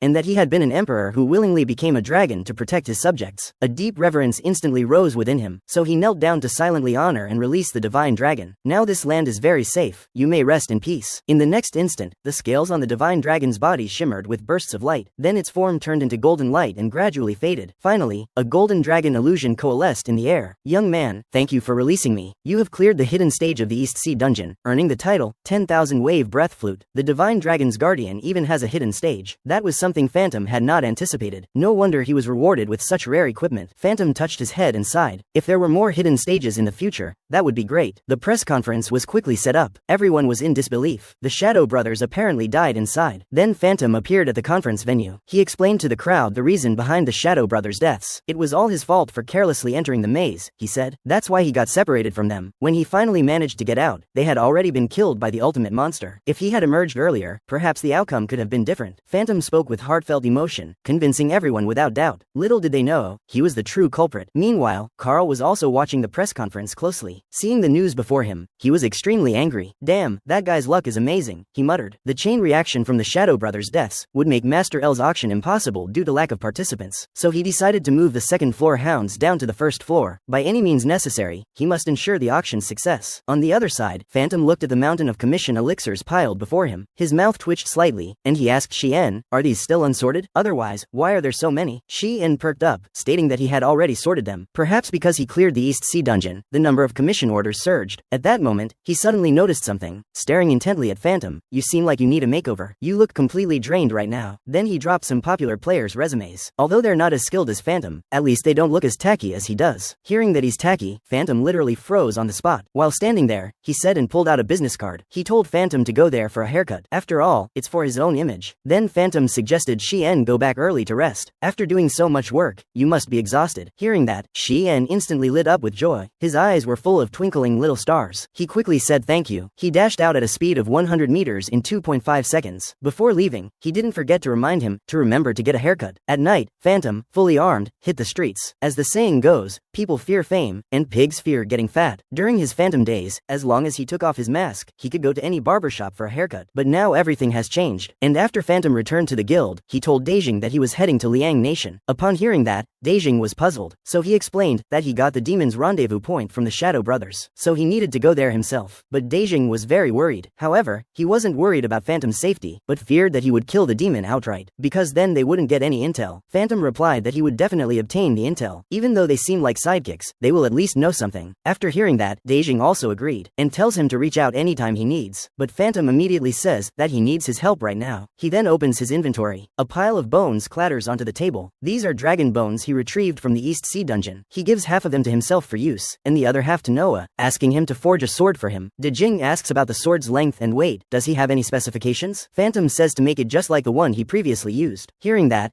Daijing sighs helplessly. That old man is nearly 100 years old, and can he even remember that? Phantom turns his head and chuckles lightly. If he forgets even this, let him retire early. That night, Phantom, in tears, collapses onto his bed. Then he asks Shien to help book a scrap-style ticket for tomorrow. After that's done, he opens his inventory again, and pulls out the Wanbo Shi flute. As the name suggests, it is a flute that pacifies Poland and brings peace. Its effect allows the use of 3 skills: King's Army, King's Realm, King's Weapon, which can only be used 3 times, but its power is certainly considerable. Phantom then checks his status panel. Now he has earned the title Divine Dragon Liberator. Though it isn't as prestigious as Spring Messenger, it's still quite good. What pleases him, however, is that his mana has finally increased. At this rate, he'll soon be able to use the Jian Gang skill. That skill can only be activated once mana reaches a certain threshold, and he's on his way to meeting that requirement. Additionally, one must grasp its underlying intricacies. Perhaps this time he can master it faster than Phantom 17 did, and at his current level, the 2nd floor should pose no problem. If he can learn Jian, and reach the 3rd floor, will he be able to meet the 9 strongmen known as Jushao? Phantom is very curious about how powerful the era's strongmen truly are, and whether the demons are still just a ragtag bunch. The next day, Phantom arrived at the classroom. It is a city where one can indulge in entertainment around the clock. It is also known as the City of Sin. Currently, it is hosting an attribute equipment auction. Even renowned figures from around the world attend. However, Phantom is not interested in the auction. His first priority now is to go to the demon's rendezvous point, Jim's laundromat. Meanwhile, the demons inside the laundromat are upset because the air conditioner broke. They are fuming. Damned repairman,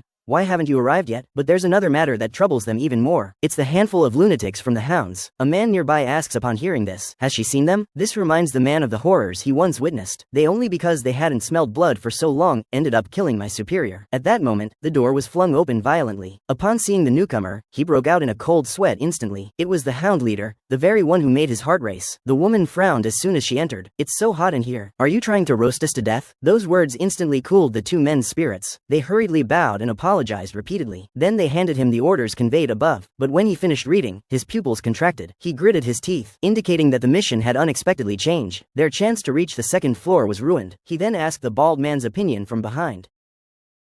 Moreover, Carl Sigma ordered them to steal that thing. He's not our direct superior, so why does he have the right to command us? Yet the bald man remained as still as a dead pool, showing no emotion. He said nothing. She calmly took the orders in her hands. After reading them, she suddenly erupted in flames, burning them to ash. Then, expressionless, she asked, besides this, are there any other commands? The man replied nervously that there were none. After receiving the answer, the bald man turned and left, and at the moment the door shut, the man collapsed, sitting heavily on the ground. The hound's overwhelming pressure left her still trembling. The man beside her hurried forward to check on her, but she thought, even though the 2 ahead were terrifying, the captain actually seemed quite friendly. Upon hearing that, the man immediately cursed. Is he blind? That man is the most terrifying presence among them. In this world, people call the 9 strongest players the Jushao, meaning the 9 heavens, and the hound's captain Alma is both a member of the Jushao and a disciple of Zadearu, a high-ranking member of the Demon Association. Hearing this, the man recalled a chilling title, Skeleton Warlock Alma. He sparked the Empire's massacre half a year ago, and it is said the Hound originally had 5 members, but Alma disliked 2 of them, so she turned them all into skeletons. But just then, the gate was opened again. At the doorway stood a man in white. He was none other than Phantom, yet the 2 treated him like a clueless air conditioner repairman, muttering, "It's so hot, why are you only showing up now?" Phantom lifted his hand slightly, unleashing frost power. In an instant, cool ice crystals drifted through the space, but after a short while, the area turned into a massive cold storage. The cold made the 2 shiver. They hurriedly told him to stop joking, stop it right now. In response, Phantom's mouth curved into a smile. Can't stop, because I'm not joking. You foolish demons, just wait calmly for death. A moment later, Phantom had already dealt with the two. He also extracted the information from their minds. They were merely low-level messengers. But if the Hound Pack came here, the situation would be different. So he connected a call to Daijing. As soon as Daijing answered, he cursed, "Are you crazy? It's 2:30 a.m. over there." Phantom apologized. "Sorry about that. I have a favor to ask. I want to attend this L-style auction, but I don't have an invitation. Could you get me one?" Hearing that,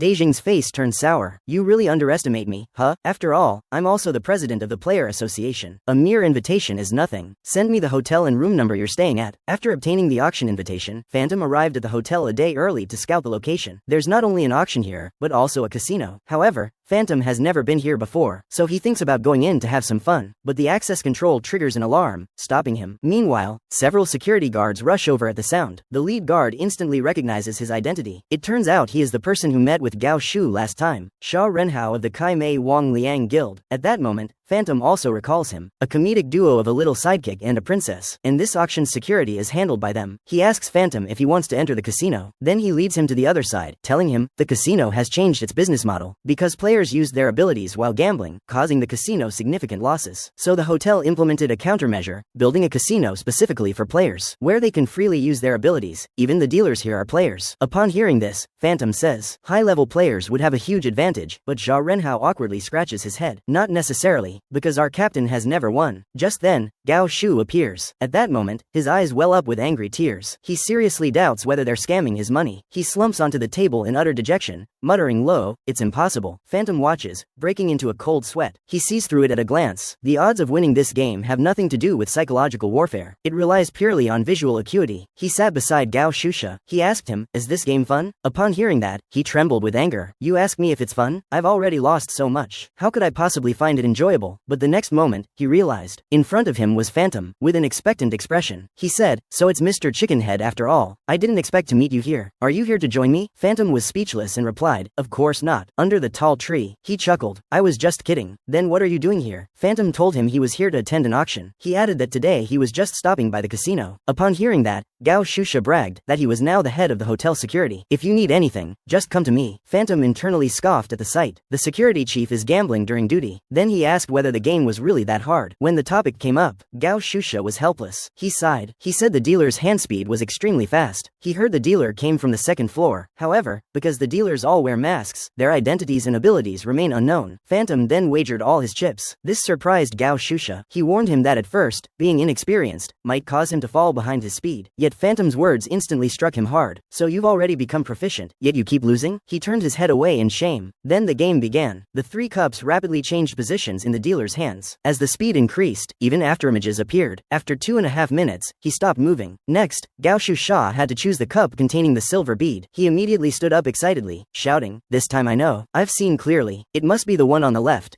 Its little face full of confidence and swagger. He considered whether to place another bet, but Phantom beside him disdainfully told him not to bother. He's really clueless about this. He then pointed to the middle cup. "I choose the middle one." The dealer's heart skipped a beat at this. He then congratulated himself as he lifted the cup, revealing a silver bead underneath. Seeing this, Gao Shusha shouted excitedly, "Is this the legendary luck that only beginners get? But I heard luck only comes once, so you shouldn't keep playing." Saying that, he choked out with a dejected, trembling voice, "But I never won even once, so I just can't stop." This made Phantom's mouth twitch slightly. Now that's a truly sad story. Yet at that moment, a voice came from beside Phantom. "Bone, want to play around?" The newcomer was exactly the target of Phantom's current mission, the two among the hounds. Phantom never expected to run into these guys here. What a futile search, nowhere to be found. Must came effortlessly, but there is a problem. As long as they cannot be proven to be demons, Phantom cannot openly attack them, and they are unlikely to voluntarily reveal their identities. Thinking this, Phantom decided to set a trap for them. He then turned to Gao Shusha and said, "This is really fun. I want to play a few more times." Seeing this, Gao Shusha shook his head repeatedly. He lamented that addiction was truly terrifying, but his words seemed to reflect his own involvement heavily. Meanwhile, the dealer saw that there were 3 players in this round, so they decided to use 5 cups. Soon the 5 cups spun rapidly in the dealer's hands. The participants stared intently. After 2.5 minutes, they stopped. The woman first chose the middle cup, but Phantom and the man both chose the rightmost cup simultaneously. As the result was revealed, Phantom and the man both won. Phantom glanced at the man, observing him, thinking to himself, "This lanky fellow looks tougher than that woman." woman. Before long, under Phantom's successive victories, the chips before him piled up like a small mountain. This made Gao Shusha exclaim in amazement, does he have some gambling talent? Otherwise, how could he be so skilled? Phantom explained the reason. His friend had once taught him the method to see through deception, that one cannot judge by the surface alone, but rather whether the core is stronger than the opponent is irrelevant. What matters is discerning the essence hidden beneath the technique. Then the dealer prepared to start the next round. The cups in their hand whirled so fast that only afterimages remained. But Phantom didn't stare at the cup. Instead, he fixed his eyes on the dealer who was employing the Phantom ability. Then Phantom and the man, independently, chose the same one again, and, as expected, they achieved victory. The dealer, repeatedly failing, was in tears. He indicated that a new person was needed now. He asked the others to wait a moment. Taking advantage of this gap, Phantom said to Gao Shusha, I have an attribute gear to show him. He then rummaged through his pocket and pulled out a compass emanating a frosty aura. If you infuse magical energy into the compass, it can help you locate a specific person, though the person he's looking for is probably not here. As he spoke, the compass began to spin rapidly. When the needle stopped, it unexpectedly pointed to the two people beside him. Phantom said, puzzled, how could this be? Did it break? He then stood up, saying he needed to go to the restroom. Meanwhile, the man beside him also got up, saying he needed to use the restroom. The woman let out a light laugh and asked if she would be gone for long. The man glanced and said lightly, I'll be back in less than 5 minutes. After leaving the casino, Phantom sprinted away. In a short while, he ran into a dead end. The man's silhouette followed closely behind her. She ominously said, this can't be a restroom, can it? She had already guessed in her heart. Phantom's compass is used to hunt the demon, so he must have known we are demons, which is why he ran here. But Phantom didn't answer his words. He slammed the compass onto the ground. The man frowned. Attribute equipment shouldn't be that easy to damage, which means this isn't attribute equipment. Did you deliberately lead me here? Phantom drew a long sword from his inventory. He chuckled, saying, I noticed him just now. He's very perceptive. Hearing that,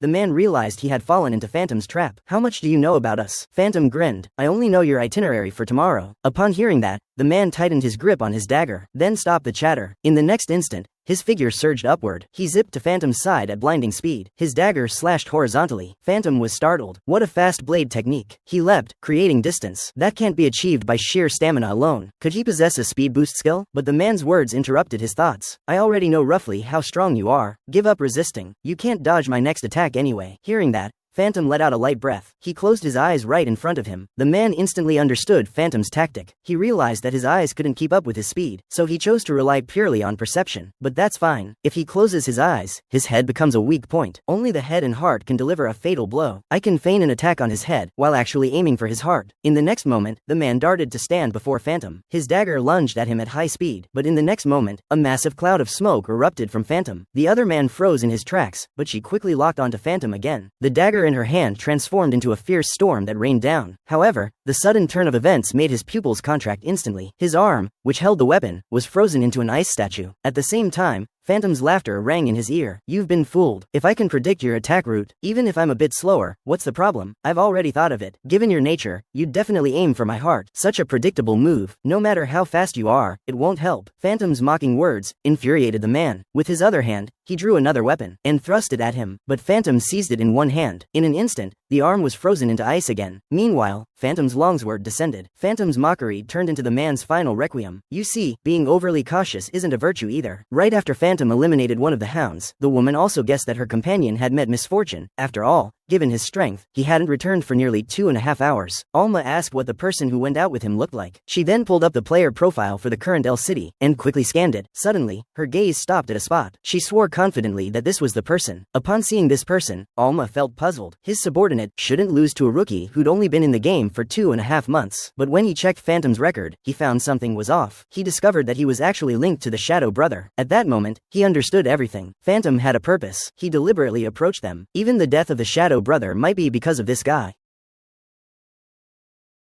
As soon as he is discovered, they will eliminate him immediately. The next day, Phantom, dressed in a suit, arrived at the auction. After presenting the invitation, the security guard's expression changed instantly. He was respectfully escorted to the VIP entrance. On the way inside, he happened to run into Gao Shusha, who was buying iced tea. But the moment they met, Gao Shusha started berating Phantom. He told me to wait for his return yesterday, but I waited all night and never saw him. It kept me up all night. I've been wondering what that compass is for. Seeing this, Phantom could only apologize repeatedly. He offered to treat him to a meal next time. Upon hearing this, Gao Shusha's anger eased a little. He let out a light hum, saying he wants the most expensive one. Then he let Phantom go into the auction hall first. He still had to wait for his iced tea. A moment later, Gao Shusha entered the auction hall carrying a case of iced tea. For safety reasons, the attendees all sat in the front rows. Among them were the Queen of Nation W and the President of the Player Association of Nation F. He then found his seat. As soon as he sat down, he greeted the person next to him, but the next second, he was stunned. He didn't expect it to be Mr. Machine Head, who had just split off. He thought Phantom had taken a random seat. He quietly told him, "Seats are assigned. You can't just sit anywhere." But Phantom produced his invitation. "My seat is exactly like this," he said. When he saw the invitation in Phantom's hand, he was slightly surprised. This is actually a VIP seat ticket. Even his abilities could only earn a second-tier entry pass. At that moment, he also noticed that Phantom's attire was quite expensive. But Phantom had only been in the business for 2 months. Where did he get so much money? A thought flashed through his mind in an instant. Did you spend all the money you won at the casino yesterday? But tickets like this VIP seat, even with money, aren't guaranteed to be bought. Where did you get it? Phantom replied, "These were all prepared for me by President Shen Daijing, including the clothes and the hotel." Upon hearing this, Gao Shusha suddenly realized, "I see. It seems President Shen holds you in high regard. He's treating you as a successor. After all, this VIP invitation means that you are attending this auction as the president's proxy, right?" Hearing that, Phantom helplessly scratched his head. No wonder Daijing specially sent him this outfit. At this point, Gao Shusha shifted the conversation.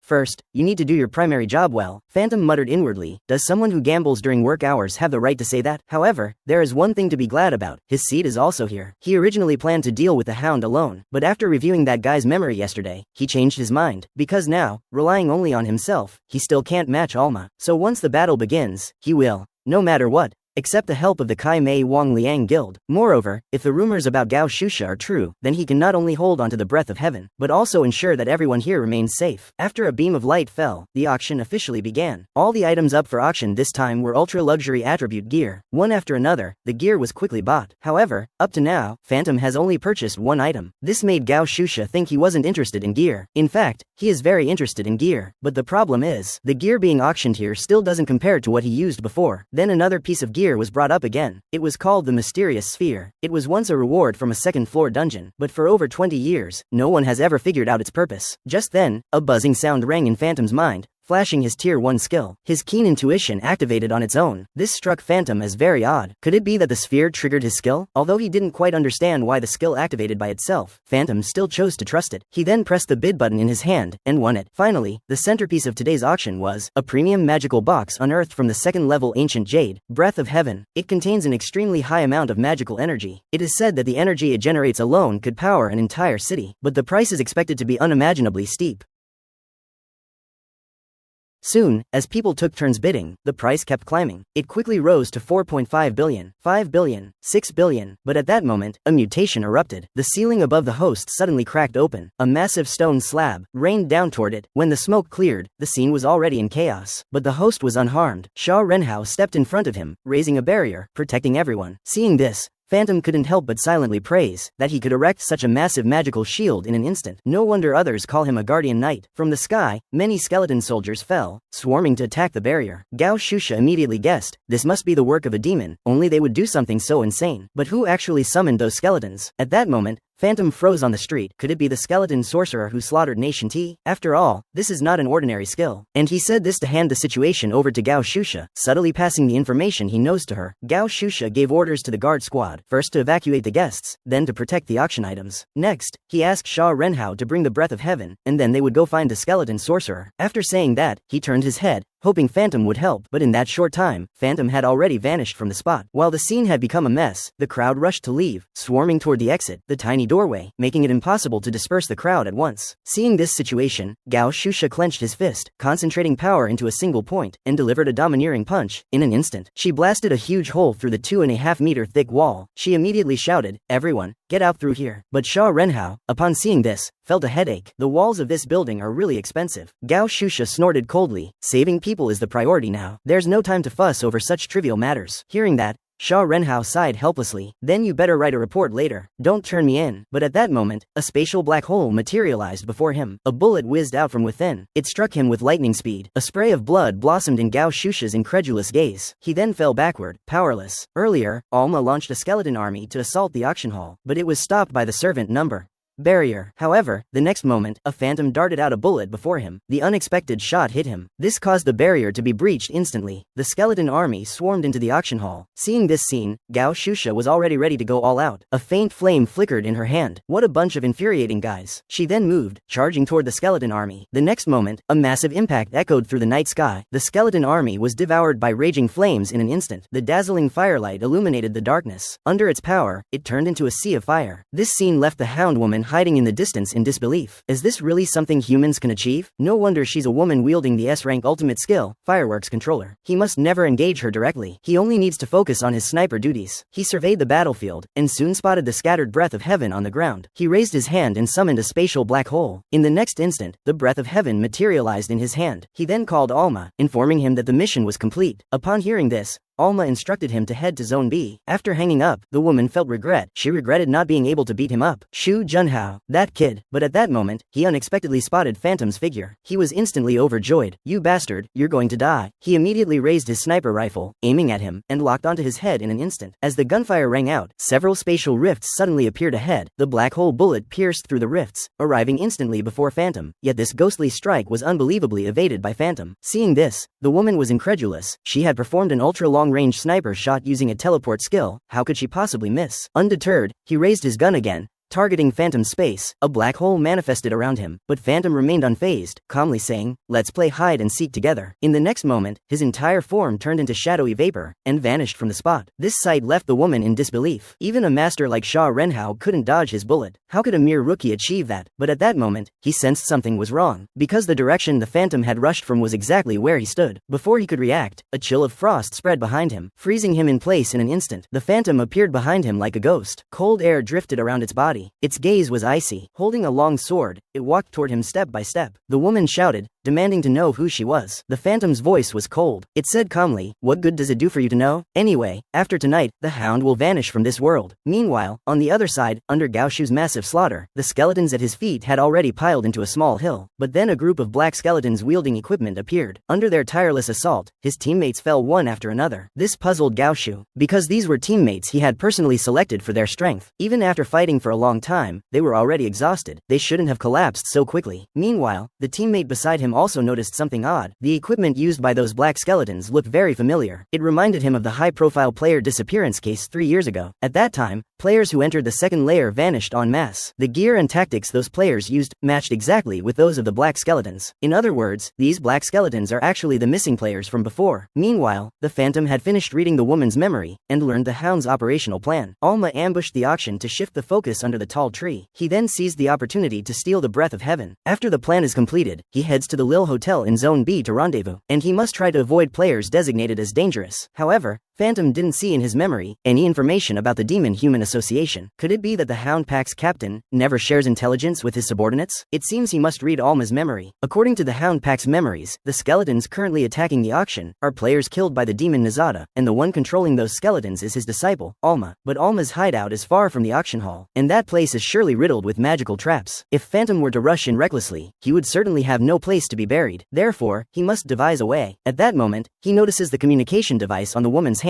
A plan surfaces in his mind. Meanwhile, on the other side, Alma's communicator receives a message telling him the mission is complete, but he is being targeted by a strange individual. It's neither Shu Junhao nor a member of the Chimay Wangliang Guild. Because he can't shake off that guy, he hides the breath of heaven in an alley near the hotel, and also marks the area with the Hound Pack symbol. Alma ponders for a moment, wondering if an unexpected force has emerged. Then he snaps his fingers lightly, his body gradually turns into a black mist, and in no time he arrives at the spot marked with the Hound Pack symbol. At the same time, he also detects magical energy emanating from the trash can behind him. When he opens it, inside is, astonishingly, the breath of heaven there after this time, but he feels that this thing is extremely cold, and its magical power is not as high as imagined. Before he could think further, a crack appeared on the breath of heaven. With a loud snap, it burst open, freezing his arm on the spot. Alma was incredulous. It turned out to be a trap forged from magic. But how did he know about the hound emblem? Nevertheless, he first needed to stay calm. The one who set the trap must be nearby. The overwhelming magical energy surged like a hurricane. Numerous skeletal soldiers were summoned. In an instant, a dense army of skeletons guarded his side. However, a faint distinct voice sounded behind him. Not bad, it said, but it's a pity you were defenseless when you summoned them. Phantom appeared behind him, though it was unclear when. Alma's expression changed dramatically. He spun around at lightning speed, yet Phantom's longsword pierced his heart even faster. He died without ever understanding when Phantom had slipped in. Did he anticipate from the start that I would summon skeletons? What a miscalculation. As Alma fell to the ground, the surrounding skeletons vanished with the wind. In his final moments, he asked Phantom what his name was, but Phantom's expression remained cold. He looked at him and posed a question in return. Up to now, for those who have died at your hands, do you answer each of their questions one by one? Upon hearing that,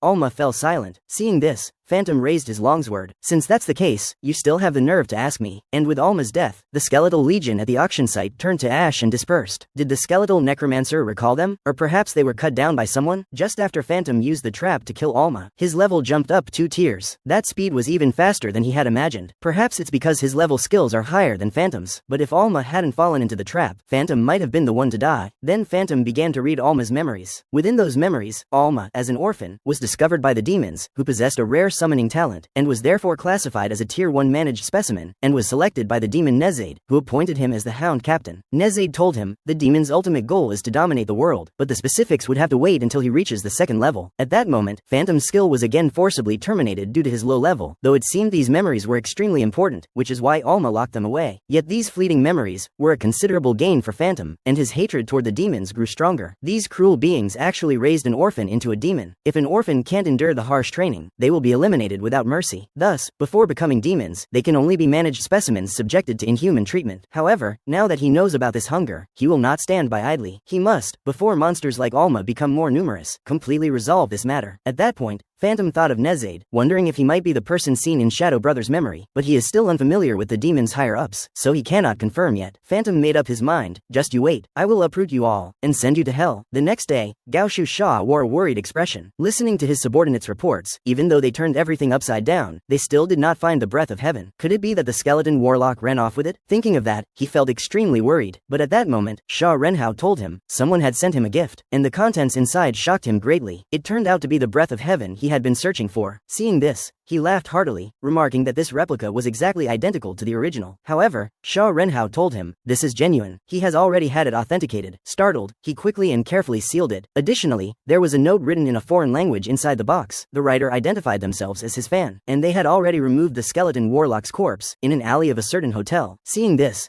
Gao Shu Sha was completely baffled. He never expected that his fan had solved this problem for him. He hadn't even done anything yet. Nevertheless, this allowed him to let out a sigh of relief. After all, thanks to that fan, he wouldn't have to pay an exorbitant penalty. He truly must thank him. Moreover, this fan is incredibly skilled, leaving no trace at the scene. Clearly a high-level player. This made Gao Shu Sha even more curious about this person. At that moment, he happened to see Phantom walk in, and immediately stood up shouting, "Stop!" Phantom leisurely greeted him, "Good morning, Captain Gao." But upon seeing Phantom in this state, Gao Shusha's resentment was about to solidify into something tangible. "You still have the nerve to greet me," he scolded playfully, and even fled in the midst of an emergency. Hearing that, Phantom was taken aback, awkwardly scratching his head. He admitted that his appearance yesterday did indeed look like a retreat. Gao Shusha kept berating Phantom. "You should know. Even the legendary hero Phantom once said, players must use their power to protect the safety of the citizens." Upon hearing that, Phantom helplessly patted his head. "Did I ever say that?" The remark drew a look of contempt across Gao Shusha's face. "I'm talking about Phantom, not you." Yet Phantom had no recollection of ever having said it, because he had always read from a prepared script before. Gao Shusha instructed Phantom that from now on he shouldn't think of fleeing at the first sign of trouble, but should contribute to the safety of the citizens. Hearing this, Phantom reluctantly agreed. Upon hearing Phantom's response, Gao Shusha smiled with satisfaction. "You reflected quite quickly, huh?" He then pulled out the small note from earlier, showing it off, indicating that it was a generous gift from his fan, who had not only captured the skeleton warlock in one sweep, but also returned the breath of heaven. Clearly a high-level player.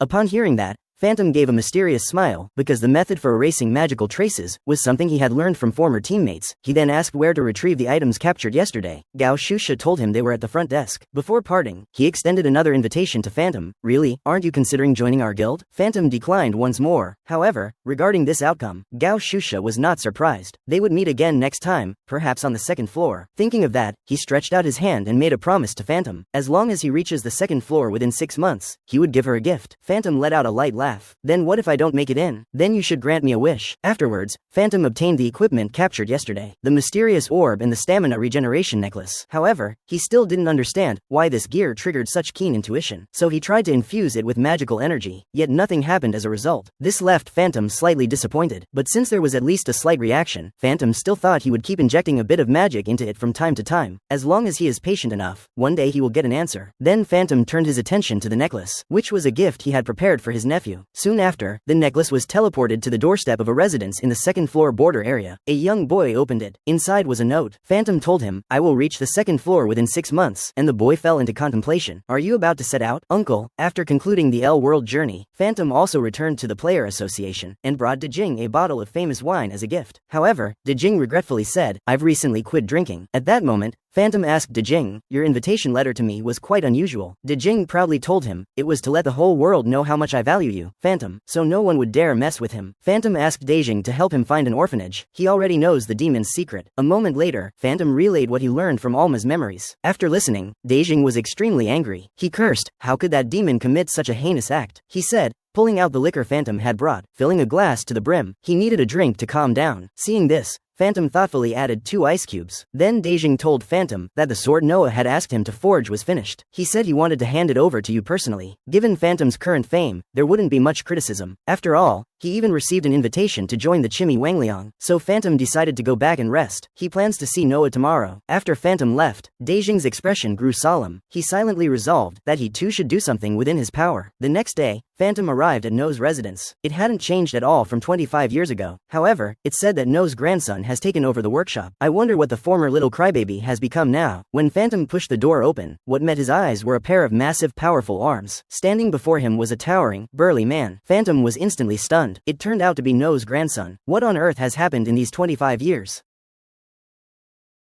Because someone from the association had already greeted him, he then led Phantom to meet Noah. Soon, Noah appeared behind him. He complained, saying, "I wanted to see him just once. That was really hard to arrange." The Phantom smiled lightly and greeted her. "Long time no see, Noah." Seeing this scene, the grandson beside him looked utterly bewildered. Weren't these two meeting for the first time today? Noah then asked the grandson to brew a cup of Akali tea. He then stepped forward. He gratefully patted the Phantom's shoulder. "You've suffered enough." The Phantom replied, "Thank you. I'm also glad your body is still so robust." But then Noah suddenly asked the Phantom why she decided to make a comeback. Upon hearing that, the Phantom decided to let Noah see that thing. She snapped her fingers. In the next moment, a wave of cold swept across the sky. A crystal ice flower suddenly appeared in her hand. Seeing this scene, Noah's face was filled with shock. "Is this the Frost Heart?" After the Phantom finished showing the Frost Heart to Noah, she stated, "This will be the key to rescuing my comrades, so I hope Noah can help me. After all, we had already signed an agreement between us to cooperate together." However, Noah's answer dealt a heavy blow to the Phantom. "This agreement we signed with the Phantom shouldn't really be called that."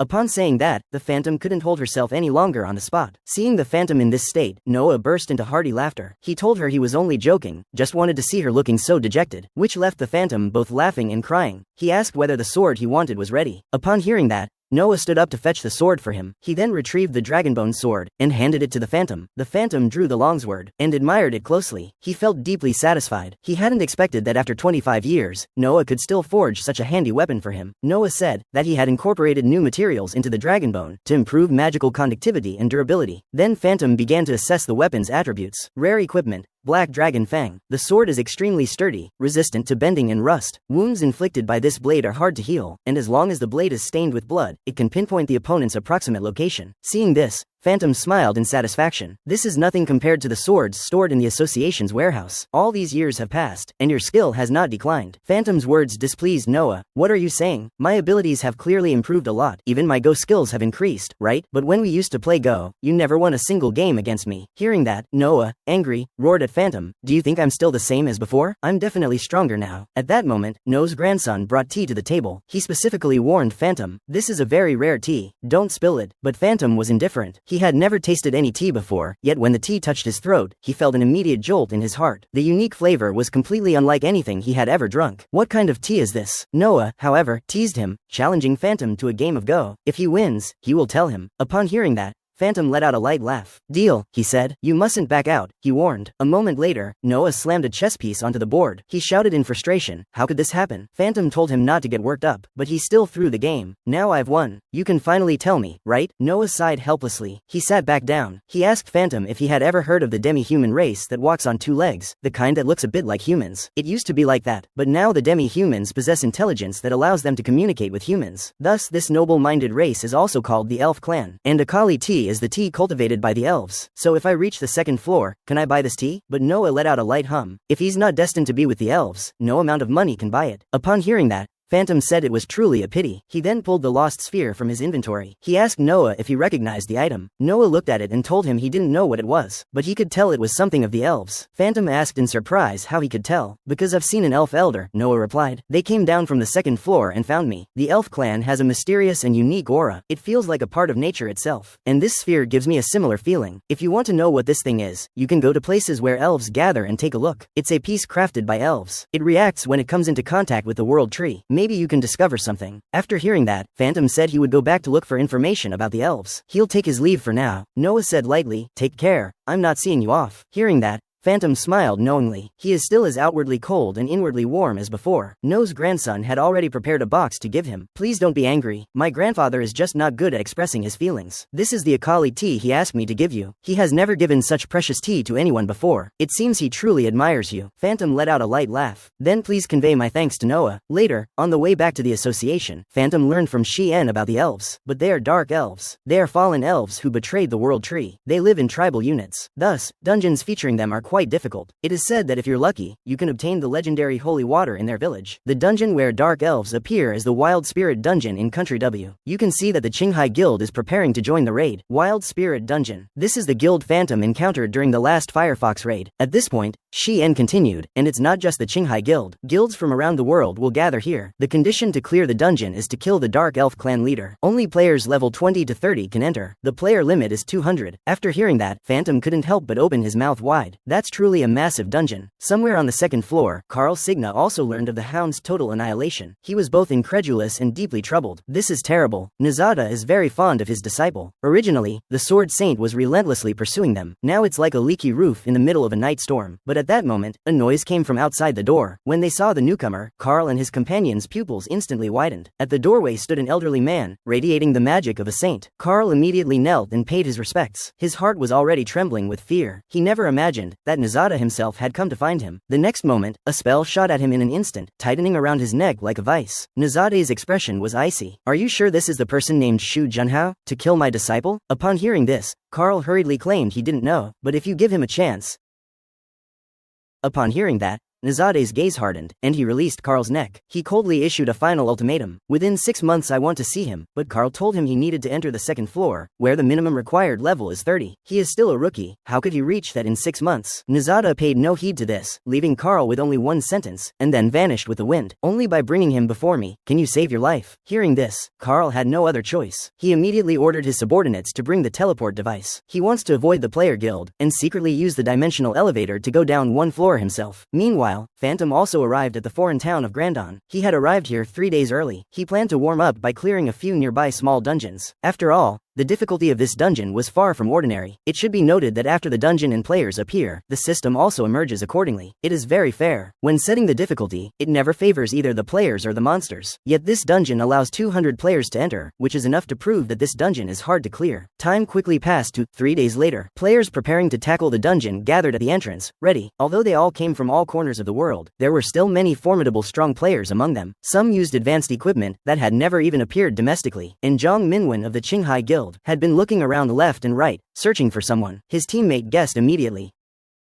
His eager anticipation was almost written all over his face. During the last time they cleared the Firefox dungeon, he had already been deeply impressed by the power Phantom displayed. This made him regard Phantom as an idol. This time he was determined to show his best side to him. At that moment they also spotted Phantom. They hurried over cheerfully to greet him. Phantom instantly recognized him as a member of the Qinghai Guild. After he fainted last time, it was he who helped carry him back. Really, thank him. Upon hearing that, Zhang Yunwen said, it should be us thanking him. At that moment he shifted the conversation. I want to discuss something with you. You haven't joined any guild yet, have you? And before that, Zhang Minwen of the Star Sea Guild asked Phantom if he hasn't joined any guild yet, whether he'd like to tackle this dungeon together with them. Upon hearing that, Phantom fell into thought. That does seem like a good option. After all, his efficiency would be low if he went solo. So Phantom accepted Jong Minwon's invitation. When it reaches 50, the players gear up and get ready, and gradually start entering the dungeon. What comes into view is a lush, dense forest. But as soon as they enter, Phantom notices something strange. Everyone immediately splits up and takes separate actions. Shouldn't they hold a meeting to discuss a strategy together? Jong Minwon explains to Phantom, now everyone communicates using terminal devices, so after entering the dungeon,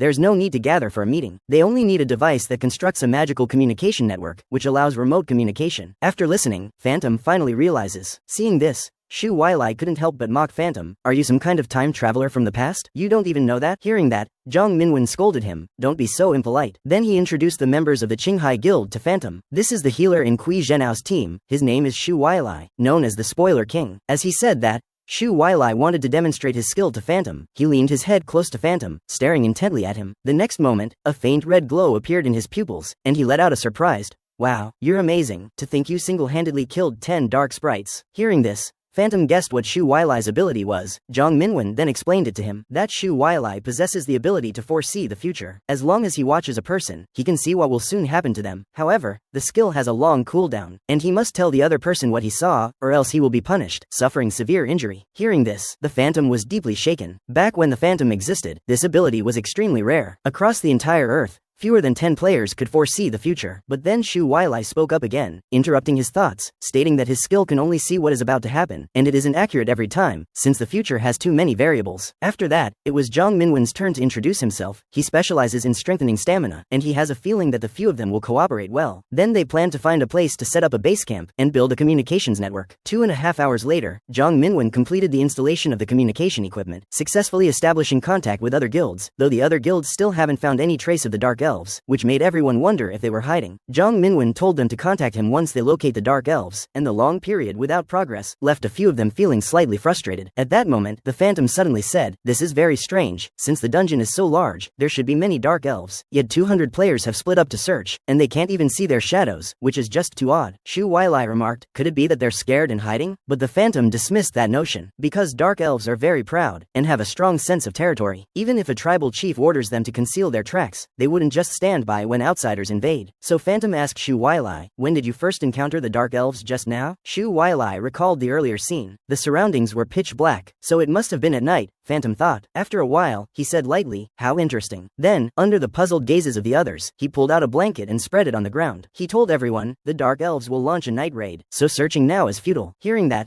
Shu Weilai worriedly said, "Should we inform other guilds of this intel?" But Phantom thought other guilds probably wouldn't believe it, so whether to tell them is up to you. He said he'd get some sleep first, then rotate a few people to rest later. After all, tonight will drain a lot of stamina. Time quickly passed to night. At the other guild's camp, the cold of night made the men doubt whether the Dark Elves would launch a night raid, but their companions beside them rejected his thought. Because Dark Elves aren't that intelligent, they gnawed at the roots of the world tree to gain great power. They are merely a greedy and degenerate race. Lacking intellect, they can't even communicate with their own kind, so how could they possibly stage a sneak attack? Just as his words ended, behind him, the jungle made a sound. The two instantly went on guard, listening, staring fixedly into the deep darkness. Then a gray wolf emerged from the jungle. In the darkness behind it, many eyes emitting a faint glow were present. Upon seeing the wolf pack, the man let out a sigh of relief, telling his companion not to be afraid. After all, they are very timid, even scared of fire. They pose no threat to them. But the man hurriedly said, "Are you sure they really fear fire? If they are afraid, then why do they keep coming toward us?" At that moment, the man ahead looked up. In the next instant, his pupils suddenly contracted. His complexion changed dramatically. He shouted to the companions behind him, "Wake the others up quickly." Immediately, countless Dark Elves were lurking within the trees ahead, eyes fixed on the prey before them. Meanwhile, Phantom seemed to sense something. He snapped his eyes open. He sat up instantly, scanning his surroundings. Shu Weilai saw that he had awakened, and told him, "There's nothing abnormal right now. You can sleep a little longer." But Phantom asked about the status of the other guilds. Shu Weilai replied, "They check in every 30 minutes. There should be news by now, right?" However, something strange happened. The communication device fell into complete silence. This made him wonder if the device had malfunctioned. But Phantom calmly said, "They can no longer reach me. They were probably attacked by Dark Elves." Then Phantom activated his skill, Archer's Night, making the night unnaturally clear under its power. In those dark woods, numerous Dark Elves were already lying in ambush. Seeing this,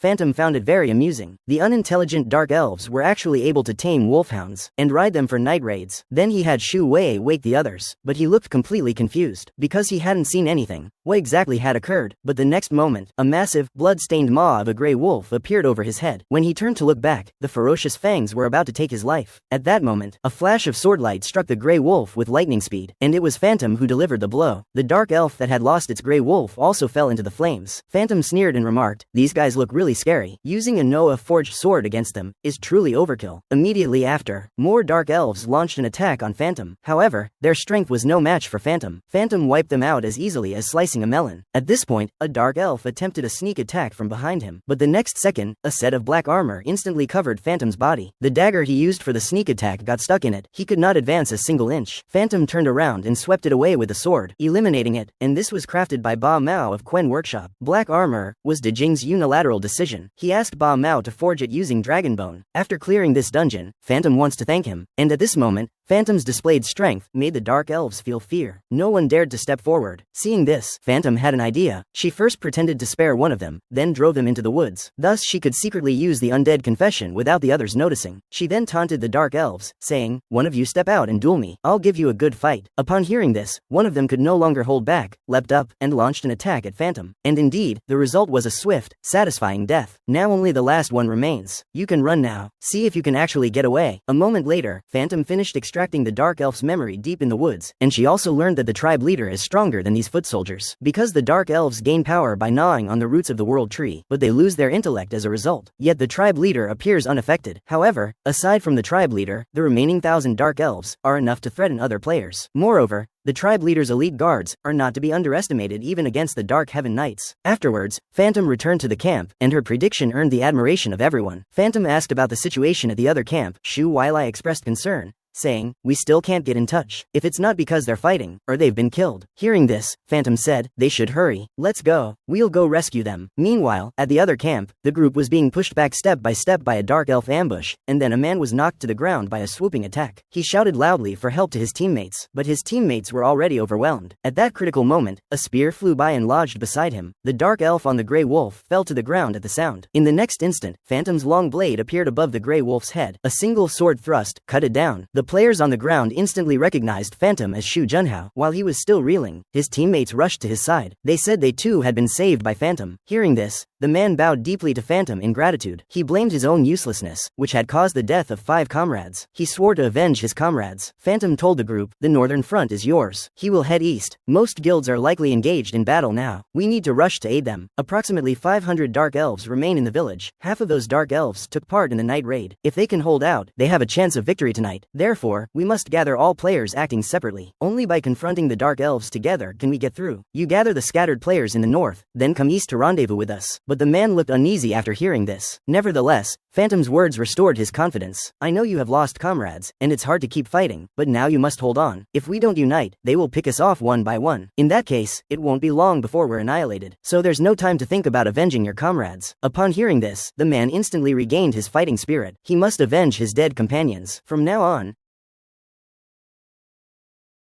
just after Phantom anticipated the Dark Elves' night raid, he rescued the other attacked players one by one, and had them gather the remaining players. Under his leadership, most people were saved. This made the players immensely grateful to Phantom. If this dungeon had proceeded without his involvement, everyone would have been wiped out tonight. When the perilous night finally passed, the group finally made it through the ordeal. Although there were losses in last night's raid, 150 players survived in the end. As for the Dark Elf tribe, they no longer dare to leave their territory, and can only focus on defense. In this situation, they should press the advantage, but the problem is that the people on the scene are divided. Some are eager to launch an immediate attack, because their teammate was poisoned and cannot be cured, so they must clear the dungeon quickly, and bring him to a hospital for treatment. However, other guild players are not ready yet, thinking that a rash attack now would overwhelm everyone. They cannot sacrifice the whole group for a single wounded. Thus, the players participating in the dungeon, each side holds its own opinion, arguing incessantly, causing Phantom a throbbing headache. At this moment, Zhang Minwen asked Phantom for his thoughts, whether they should attack immediately or prepare first. Hearing that, the two who had been fiercely arguing stopped at that moment and waited for Phantom's answer. Phantom thought for a moment and then spoke slowly. Although both options have their pros and cons, I think attacking immediately is the best choice. However, that doesn't mean I endorse the practice of sacrificing other players to save a wounded one. The reason I suggest launching an immediate attack is because the longer we delay, the situation becomes more unfavorable for us. The reason is simple. Considering the unusual night raid by the Dark Elves last night, they have almost no intelligence, yet they can act in a coordinated manner, which indicates there is a commander behind them issuing orders, and the leader who can command them must possess extremely high intelligence or strength. At this point, someone mentioned that besides the 500 Dark Elves, there are also those well-trained wolfhounds, which are also hard to deal with. But Phantom told him, there's no need to worry. They no longer have any wolfhounds now. When rescuing the last player, those hounds were no longer adult wolfhounds, but wolfhound pups. In other words, the Dark Elves no longer have adult wolfhounds, so they can only deploy the pups for an attack. They likely cannot launch a large-scale night raid now. Hearing that, the group felt a surge of excitement, but Phantom warned them not to get too happy too soon. Although they can't carry out a large-scale night raid, they will, after regrouping, surely launch small-scale attacks, repeatedly firing poison arrows at our camp, and then retreat. Our food supplies are insufficient, our bedding is very crude, and we are outnumbered. The longer we delay, the more exhausted we become. And the Dark Elves aren't afraid of a war of attrition. When they feel the moment is right, they will pour out en masse and wipe us out in one sweep. After hearing Phantom's analysis, the man who had just voiced objections suddenly felt dread and immediately apologized to the bearded man. The bearded man replied that it was okay. Seeing this,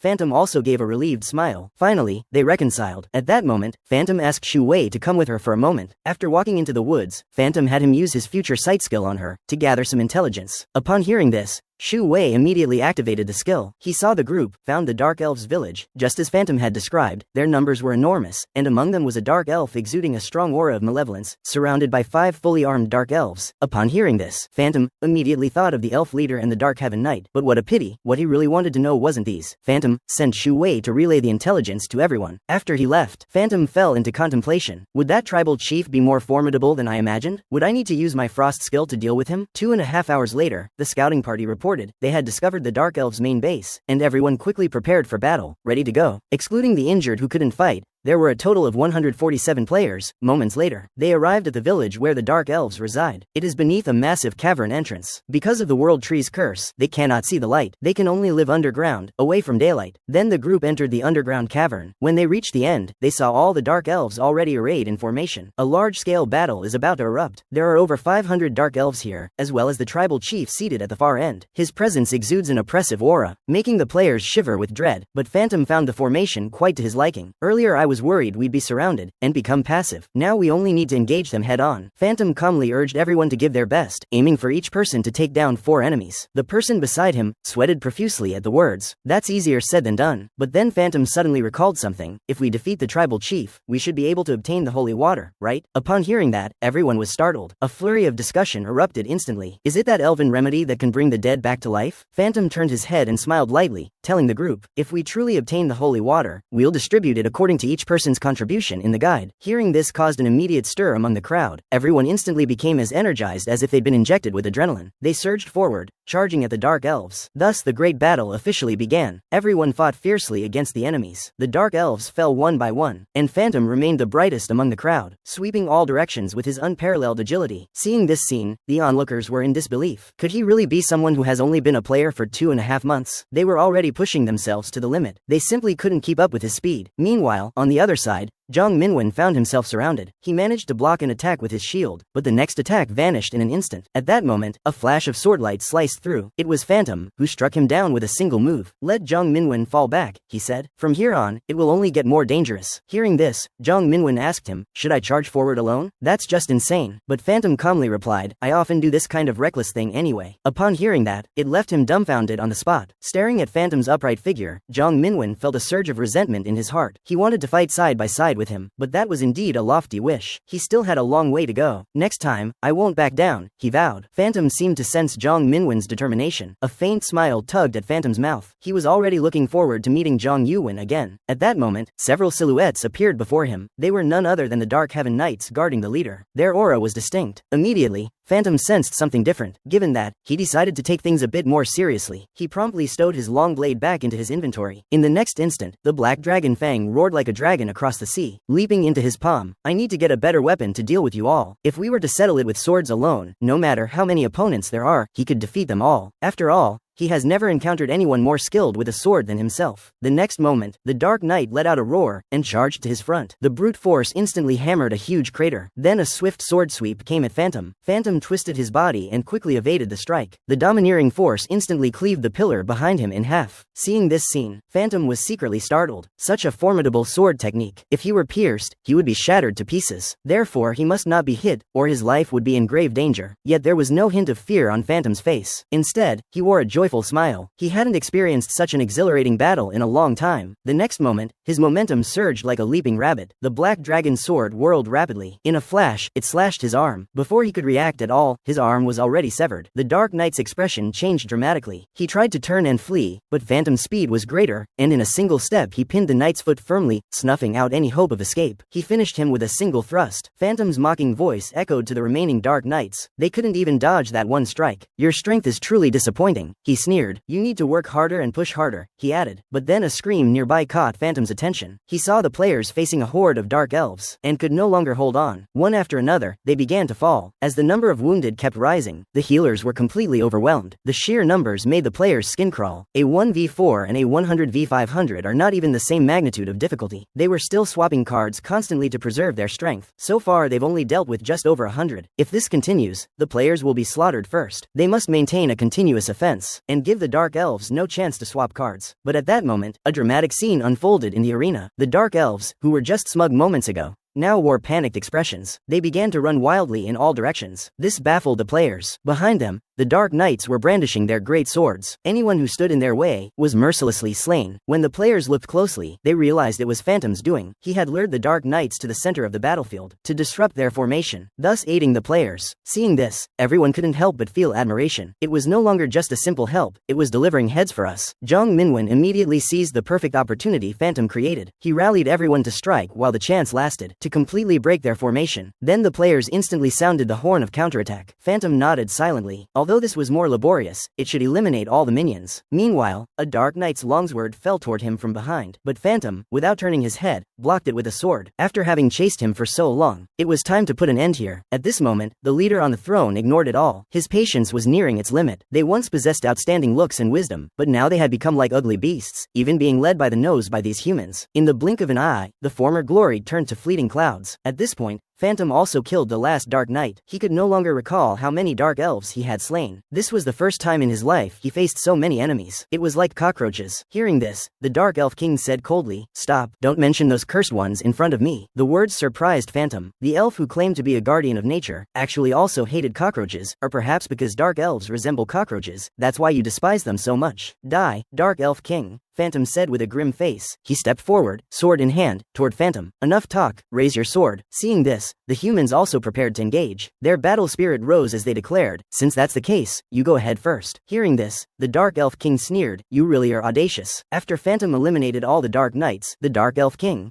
who had ignored them for a long time, finally moved to act, and he was the key to clearing this dungeon. A chilling aura drifted across the battlefield. He slowly raised his longsword, assuming a stance. Seeing this scene, Phantom was slightly stunned. That was clearly the elf clan's sword technique harnessing natural power, Kania Manus. But strangely, only elves who can wield fairy power can use it, yet the fallen dark elf has long been stripped of fairy power. How could it be used then? In the next instant, the Dark Elf King springs up violently, vanishing from the spot, and in the blink of an eye rushes to stand before Phantom. The speed is astonishing, leaving Phantom deeply shaken. Seeing Phantom block his strike, the Dark Elf King is slightly surprised, and takes a step back to create distance. At this moment, Phantom is not feeling well. The powerful force makes his arm tremble uncontrollably. It turns out that the opponent's body has been reinforced by the Dark Elf, and equipped with a modified original sword technique. After figuring it out, Phantom lets out a light laugh. "Looks like you can anticipate my attack rhythm. How amusing." As for Phantom, the Dark Elf King says nothing in response. In the next moment, he launches another thunderous strike at Phantom. The berserk force whirls swords across the sky. In the flash of an instant, the two clash wildly. Phantom gradually adapts to the Dark Elf King's onslaught. The black dragon fang rises swiftly in his hand to strike down the newly fallen. He slashes out 2 swords, wounding the Dark Elf King on the spot, who hurriedly leaps away from Phantom's side. The strike lands successfully, but Phantom feels puzzled because the Dark Elf King before him does not display the overwhelming power he remembered. Though his speed is now great and his strength is not weak, the wounded Dark Elf King pants heavily, gasping. His gaze flicked toward his subjects who kept being defeated. The scene had already heated to a white-hot intensity. The Dark Elves fell one by one. Seeing this scene, a sense of desolation rose in his heart. His subjects followed him with unwavering trust until the battle reached its final moment. He only wishes to reclaim past glory together with them and correct all past mistakes. Because at the moment he sought power, he stepped onto a road of no return. For this, he must battle enemies 1,000 times. Victory is the only option. Failure is not permitted. This is the goal he has pursued all his life. Thus he must achieve victory. Suddenly, a terrifying force erupted from within him. The Phantom's pupils widened instantly upon sensing it. In the next moment, the Dark Elf King, at an incredible speed, appeared instantly before the Phantom. The terrifying aura made the Phantom shiver. In an instant, a surge of spirit energy rushed toward it. The overwhelming force knocked the Phantom away on the spot. By several meters, it slammed heavily against the wall. After this blow, the Phantom immediately spat out a mouthful of blood. Before it could even gasp, the terrifying figure instantly lunged forward again. The Phantom barely managed to react, and narrowly evaded. At this moment, his mind cleared. This is what he saw in the Dark Elf's memory, that kind of overwhelming power. Leaving him little time to think, the blade's edge sliced the air again, rushing toward him. The Phantom swung its black dragon fang, meeting the strike. In the next instant, the two unleashed all their power in the contest. Their towering momentum shook the space like thunder. When their momentum faded, Phantom was already in a retreating stance, although he could barely hold on thanks to the black dragon fang. If he continued to conceal his strength, he would certainly be defeated. But the problem now is, the eyes of the players on site are all on him, which prevents him from using many of his skills openly. Just as Phantom hesitated, an attack came with a sonic boom, and in an instant, it slammed heavily onto him. The overwhelming force slammed him against the wall, causing Phantom severe injuries on the spot, even breaking several of his ribs. Meanwhile, the Dark Elf King calmly walked slowly toward him, but at this point,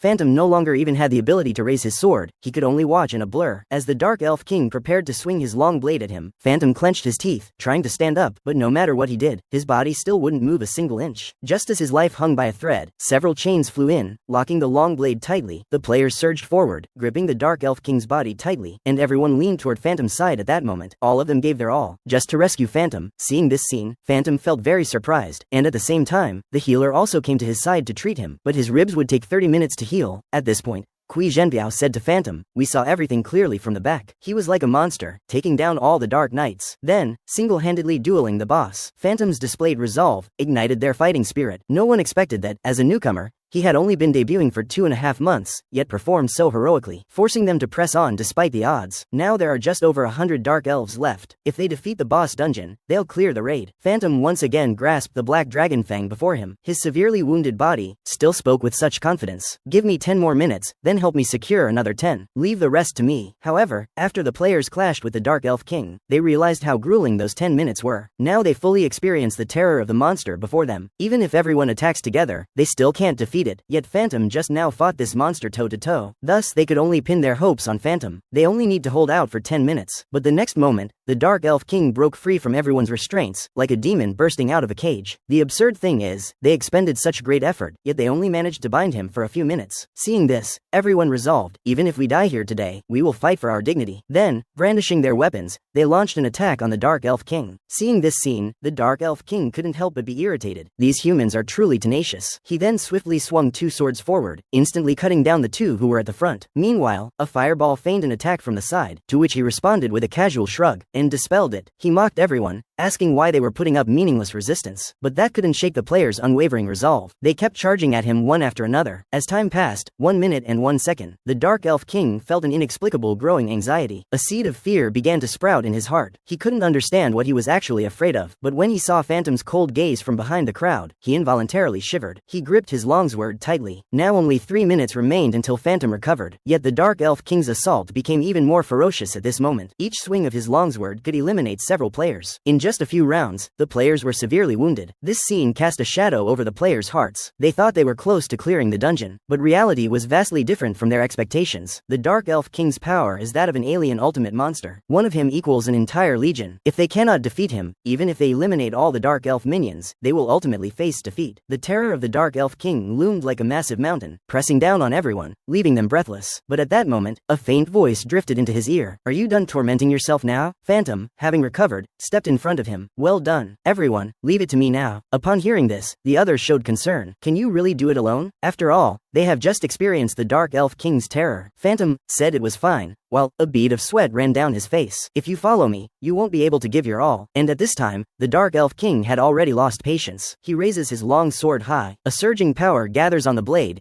aimed at a group of overconfident foes. "Let me send you to your death."